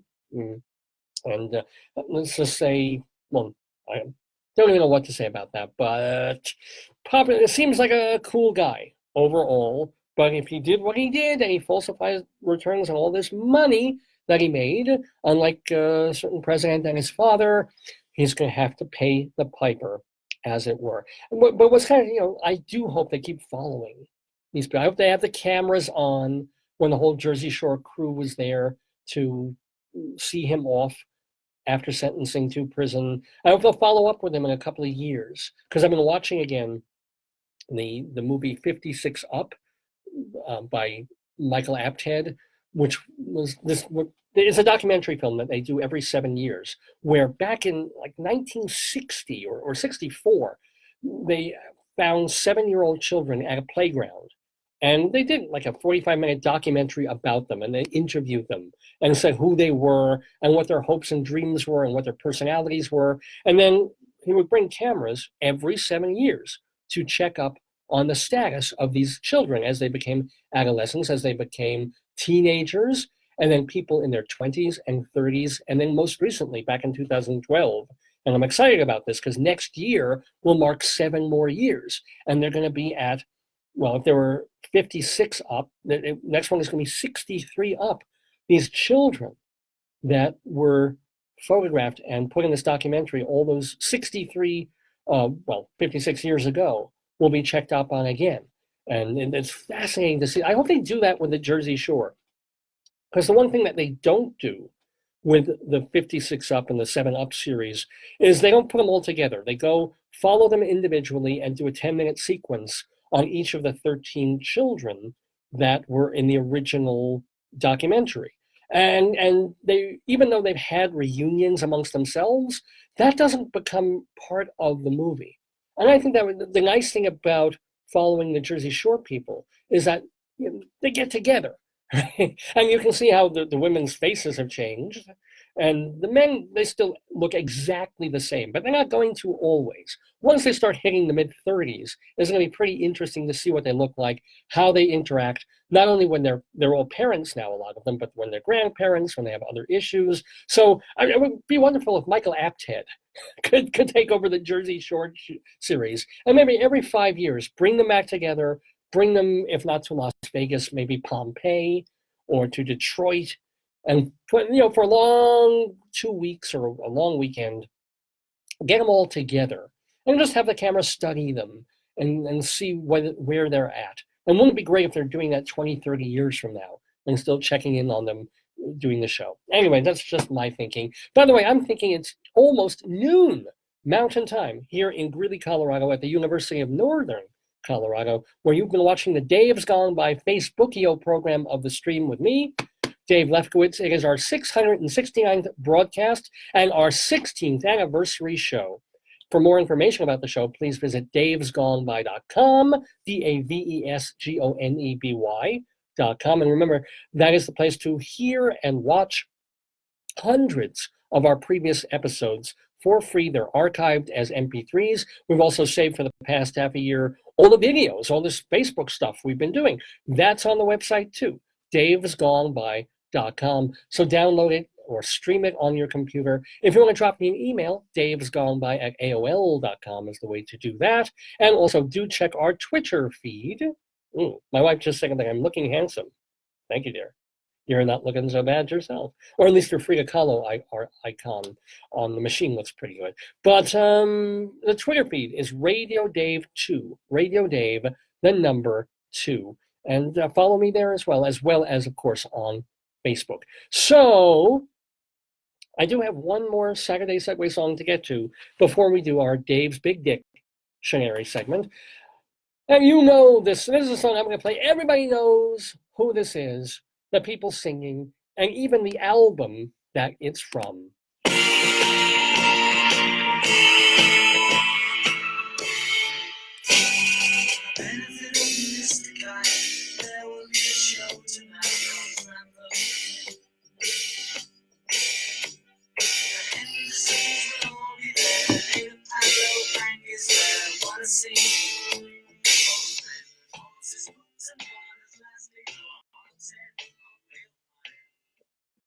Voice, of course, there of John Lennon, treated in kind of odd way to make him sound a certain way. And then if you go later on in the song, it gets all whirly-giggy, carnival-esque, carousel-y, where the people in the studio literally cut pieces of tape and joined them randomly almost, spliced them together and ran things backwards and forwards to get this whole, the feeling of a little bit of carnival chaos for that song being for the benefit of Mr. Kite, which of course came from the Beatles album Sgt. Pepper's Lonely Hearts Club Band. Why are we playing being for the benefit of Mr. Kite? Is it because early in the show I told you about this kite that I bought at a garage sale for 5 cents, where you have the caterpillar that's finding new life in Jesus. God, Jesus. No, that's not the reason. That is literally coincidental. Has nothing to do with why we played that song. It's actually kind of sad news. The fella who engineered that song and that album and a bunch of other albums by some major people passed away this past Tuesday. Jeff Emmerich, engineer, died of a heart attack. He was only 72 years old. Now, he was 19 years old when he started working with George Martin on the early Beatles records. And I'm talking like the first Beatles singing, like the I Want to Hold Your Hand, Please Please Me era Beatles stuff. I mean, he was basically the errand boy and kind of sticking around learning his trade until by 1966 he was able to kind of take the reins. And he became, even though George Martin was still the overall producer, Jeff Emmerich was the idea man and the engineer for the albums, maybe the greatest rock album of all, arguably Revolver, and Sgt. Pepper's Lonely Hearts Club Band. So, he would make suggestions, or the Beatles would want to hear a certain thing, and it was Emmerich, as much as arranger George Martin, who would put together the sound of these Beatles songs. The Beatles nicknamed him Ernie, or they also call him, and I love this, they called Jeff Emmerich Emeroids. That's beautiful. I love that. And he could respond. The great thing about him was that if Paul said, I need a specific instrument here, or I feel like this should have some brass here and some woodwinds there, Emmerich could accomplish that with George Martin. Or when John was more metaphorical, he said, I want this to sound like a carnival in clouds. Emmerich could translate that into something physical, whether it was stuffing a T-shirt into a drum to get a particular drum sound, or whether it was feeding back certain things or cutting and pasting. That was his job, and that's what he did. And he was with the Beatles up through part of the White Album, and the Beatles were so tense and so arguey and so fractured during the making of the White Album that Emmerich bailed. And he said, I don't want to deal with this anymore. Went away. He did come back, as all the Beatles did, for the much less tense recordings of Abbey Road. So a pretty great way to go out with the Beatles, and he helped engineer that. He also stayed on some level with Paul McCartney. So McCartney used him on the solo albums Tug of War, London Town, and Band on the Run, which are 3 of McCartney's best solo albums. So there's something to be said for that right there. And the thing was, because he and McCartney were kind of close feeling, Emmerich fell out a little bit more with the other Beatles. So Lennon wouldn't use him on the solo albums, or George Harrison wouldn't use Emmerich because Emmerich was Paul's boy, as it were.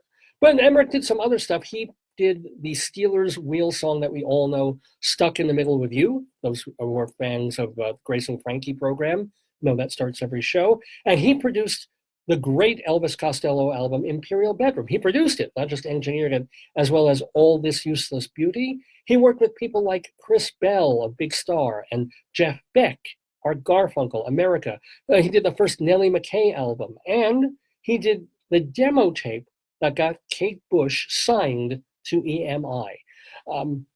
If you go on Wiki, the one negative thing about Jeff Emmerich is that in his 2006 memoir, Here, There, and Everywhere, My Life Recording the Music of the Beatles. It's supposed to be a very enjoyable and funny book, but he disses on George Martin a bit. He disses on most of the other Beatles besides Paul McCartney, and apparently he got a ton of facts wrong. Now, if you were physically there in the studio while these things are happening, you should probably not be getting your factual information and your data wrong. But anyway, the most important thing about Jeff Emmerich is he was the guy. He was twiddling the knobs. He was figuring out the solutions to make songs sound the way they did. for Elvis Costello, for Jeff Beck, for the Beatles, on some of the greatest music they ever made. And so we do say farewell to Jeff Emmerich as we watch his kite flying away. Now, somewhere on here is, where's the kite? I see the string for it. It's near potatoes. Yeah. We'll actually sing it with you. Being for the benefit of Mr. Jesus Kite here. The kite, New Life in Jesus with our little ugly caterpillar friend. There will be a show tonight called Dave's Gone By. Oh, the caterpillar will come out of his cocoon, and we'll be ending the show fairly soon. Don't know why. Anyway, that's more than enough of that. Anywho, it is Dave's Gone By Facebook program. It's 7 minutes after 12 Mountain Time. Thank you so much to all the folks who have been listening since the beginning, since 9 o'clock, for staying with us, for making all these delightful comments. Are we done? We almost are, but we do have one more item to get to. And I have to admit, I'm swamped. And because I go now nonstop, because I can't play long pieces of music, and we don't have a guest, or did not have a guest, in this episode of the show, I haven't had a break to pee, and also to think about Dave's Big Dictionary. So I have essentially about 18 seconds to think of something to do with our word.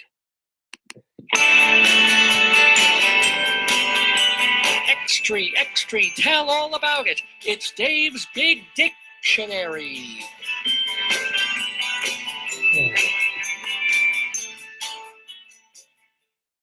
All right, so early in the program, when my darling and adorable wife Joyce was here, she helps me out.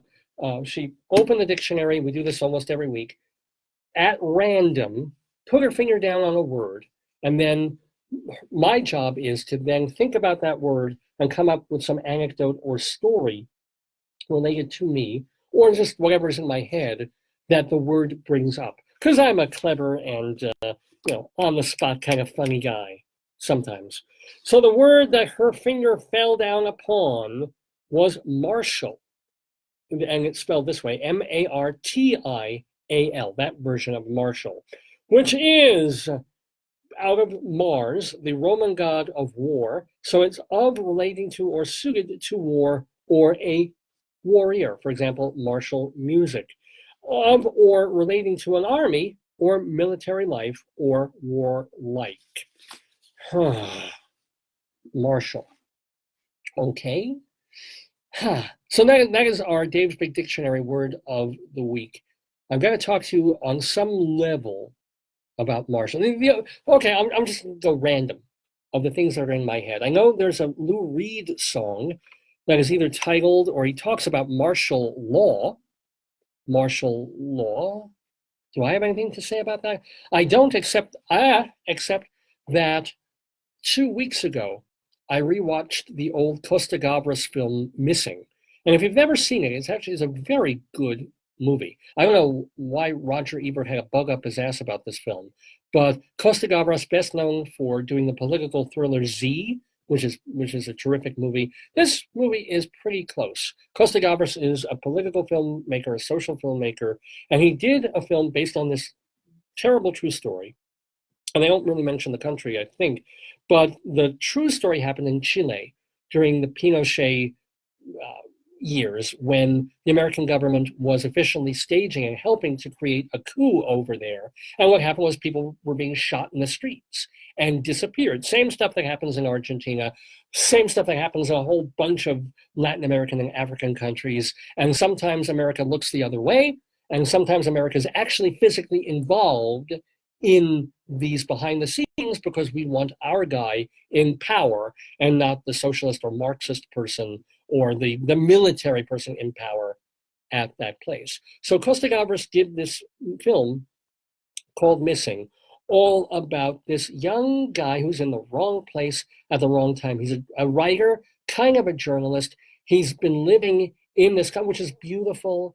I mean, Chile, apparently, you go by the water, it's a lovely country and a lovely place to be, but not when you're in the middle of essentially a civil war. And suddenly, he's gone. His place is all turned over, things are smashed, and one morning he disappears and is taken away. And now his father and his wife are out.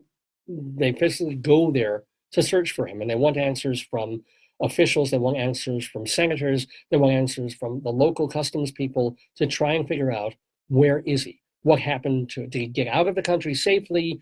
Was he, is he in prison somewhere? Is he being tortured? Or was he just taken away, shot, and thrown somewhere along with thousands of other people, innocent, guilty, and what have you, in vaults or in caves and so forth? And there's gunfire, as it were, throughout the film, but it's really more about the personalities involved, and it's about the lead character, Jack Lemmon, who is great, who is Jack Lemmon, coming to this town of, being the kind of character who has always believed in the world functioning the way it ought to, that if white men are telling you something is true, you believe them. If your government is saying this, it's doing what's best for Americans and for you. And they're not going to fib to you, right? And Sissy Spacek, she knows better. She realizes, just living in Chile and having lived and being younger, a whole generation younger, saying, no, that's not the way it works. And that the government lies all the time. Our government does bad things and sponsors bad things elsewhere. And eventually, the point of the film is that Lemmon comes around to become incredibly cynical and find out what did happen to his son, and that he's been lied to and fibbed to and misdirected all the way along by a bunch of assholes. And so it's a really good movie called Missing. But and this is all brought to my head but just by martial, because what's happening is the whole place is in martial law. It gives a very claustrophobic feeling to the film, because once the sun goes down, there's a curfew. And if you're out after curfew, you're not just rounded up, you're shot on the street. And it happens, people are finding dead bodies on the street every morning. So, and it's a big thing to make sure that if you're an American, if you're an expat, or if you're just visiting or a journalist, you get back to your hotel before nightfall, or you don't come out of it alive. And that's done very, very well in the film. The only caveat I have about it is sometimes the dialogue is a little on the nose. Sometimes when Lemmon is debating Spacek or debating some other people, the officials are trying to quote unquote help. The dialogue, you can feel the writers, the screenwriter churning it out and having a social debate in word form. That really isn't the way people actually talk to each other. But otherwise, fine movie involving martial law. I got it in there somehow. And there you go. Can I talk about anything else involving martial? Military music, like marching band music. I can go back to the old statement from a couple of decades ago in terms of defending the National Endowment for the Arts, when that was under fire from Republicans. And you can bet with people like Brett Kavanaugh on the Supreme Court that the NEA isn't going to get much love over the next 40 years of funding art that may be seen as controversial or anti-Republican.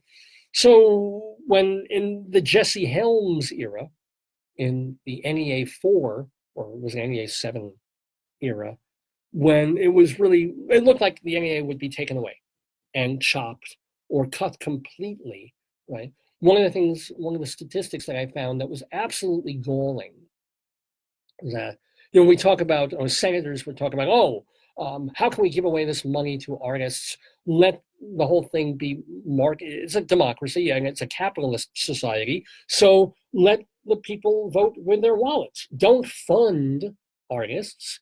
If an artist creates something that people want to pay for, people will pay for it.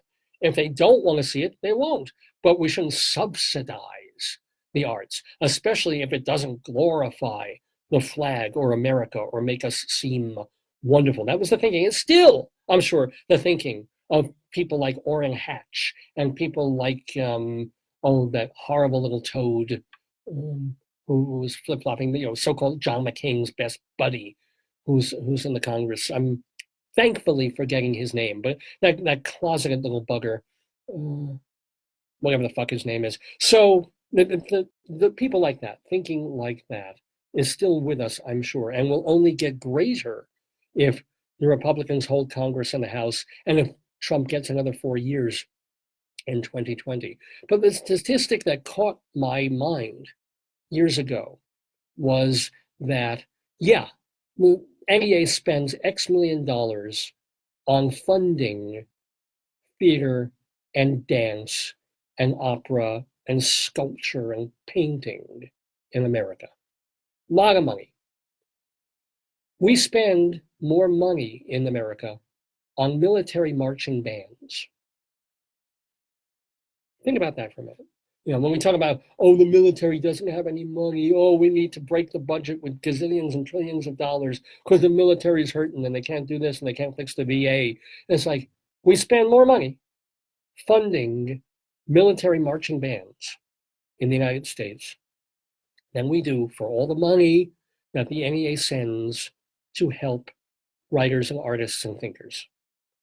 Now, this is an old statistic, and I never actually researched it to make sure that it was really true. And it may have changed. It may have also gotten worse. Do your homework, go Googling, do your homework, see if it is true. If it is, and you start getting these senators and congressmen who are heeding the call of some of their gun-toting, Dixie-waving constituents, saying, well, why the hell we got to give this money to these Jews and faggots who are making, shows that don't show America right? And it's like, no. Why not? Why? Because we're giving money to people to march up and down with fucking trombones and drums and brass instruments in a line, in a procession, so they can move across almost like tanks, moving down a street under martial law. And all the children can see the soldiers in their shiny uniforms with the sun glinting off these instruments and go, ooh, wow, yeah, wow, in a parade. Whoopee. Anyway, that's me and the word Marshall on Dave's Big Dick Dictionary. For this Saturday, October 6, 2018, here in Greeley, Colorado. This has been the 669th episode of the show. Yeah, and it's been so great to have so many people tuning in, watching. There's Chris from my old high school. There's someone named Joyce. Not quite sure who that is, but I believe she's kind of hot. And then there's Jolinda and Jeffrey and so many folks who left comments and watched. If you missed part of the show, if you tuned in like 2 hours in, like my Aunt Esther did, thanks for not watching all 3 hours, Auntie Essie. But if you missed it, tomorrow, probably, if all the machinery works right, we'll have the whole show for you on davesgoneby.com. You can watch it then, or you can rewatch this video on Facebook. We'll hopefully save it there as well. So yeah, lots of different ways to catch up with the Dave's Gone Bys that you missed, or to say, hey, there was a really fun segment earlier on where we read the Bill Cosby book, or they were making fun of Greeley crimes in old times, or Dave's Big Dictionary was really sort of interesting about martial law, or this Costa Gavras movie I've never seen. Whatever it is, you can go back and rewatch or share with your friends, davesgoneby.com. And remember, on the Facebook page, please get your pals to know about this show, to share the show. If you've friended me on Facebook, don't just friend me, put me as C first. Because I don't clog Facebook all week long with a zillion postings.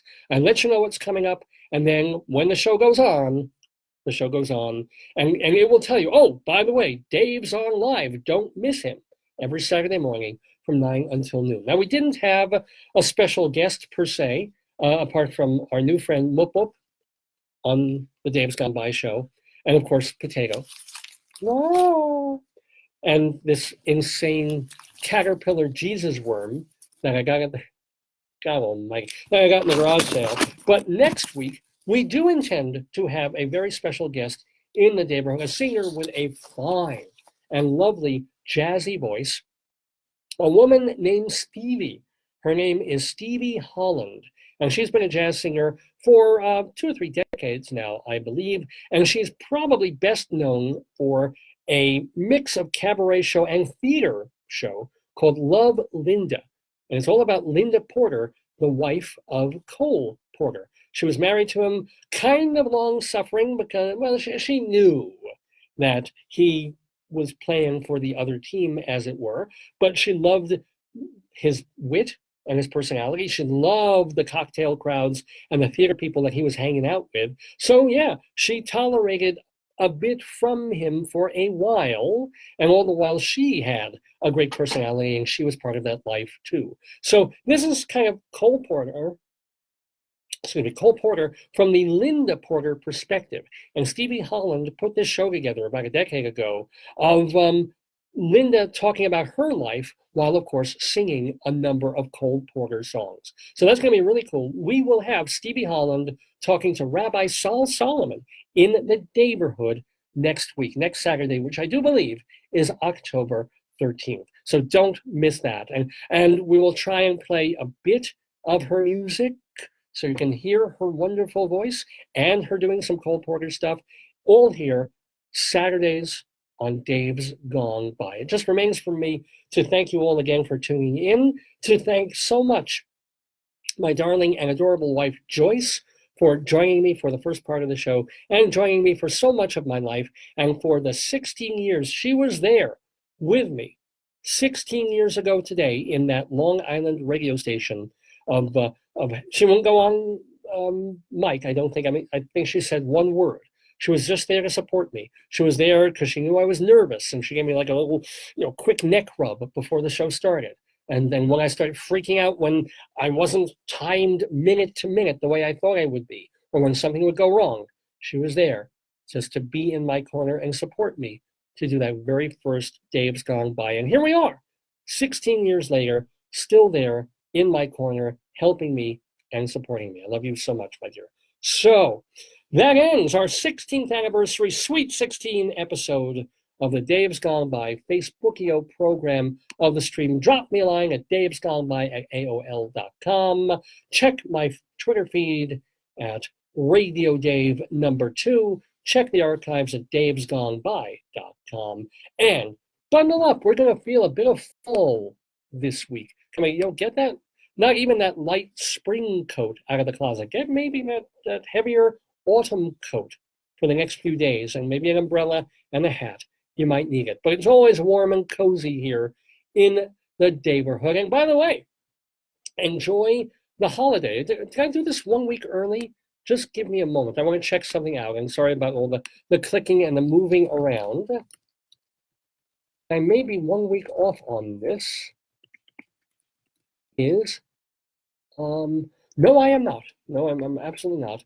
That even though we're not off here in at UNC, we have a holiday coming up this week, and a holiday that the Italians have kind of claimed, a holiday like everything else in America is now controversial, because whether Christopher Columbus was a good guy, a bad, whether he was Jewish or not Jewish, whether he was thrown out of Spain and taking a bunch of thieves with him that then hurt the Native Americans who were here. It's like, enjoy being Italian. Enjoy those of you who have a postal day off or a day off from work, because Monday is officially Columbus Day. Or Monday's when Columbus Day is celebrating. It's actually Thursday. Don't know, don't care. Just want to play a song with Columbus in it so we can get out of here. This is from a record by the Continental Drifters. And they were sort of a super group. They had one person from the Hollies and one person from the Bangles. Pretty cool group called the Continental Drifters, and their album Vermilion. And they wrote a song called the Christopher Columbus Transcontinental Highway.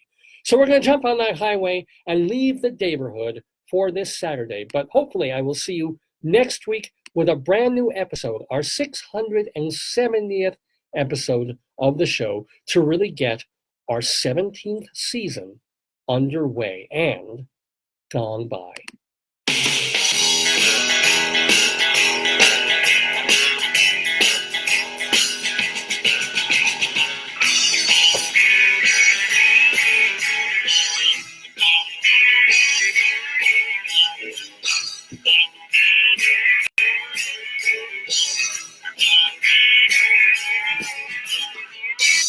2 hours to drive out of Postway, LA, where the freeway is sliced up like sheet cake.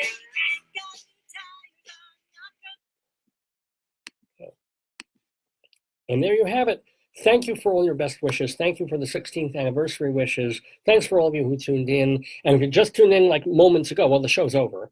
But remember, you can watch the archives starting tomorrow on davesgoneby.com. I'll see you in a week, and have a great one.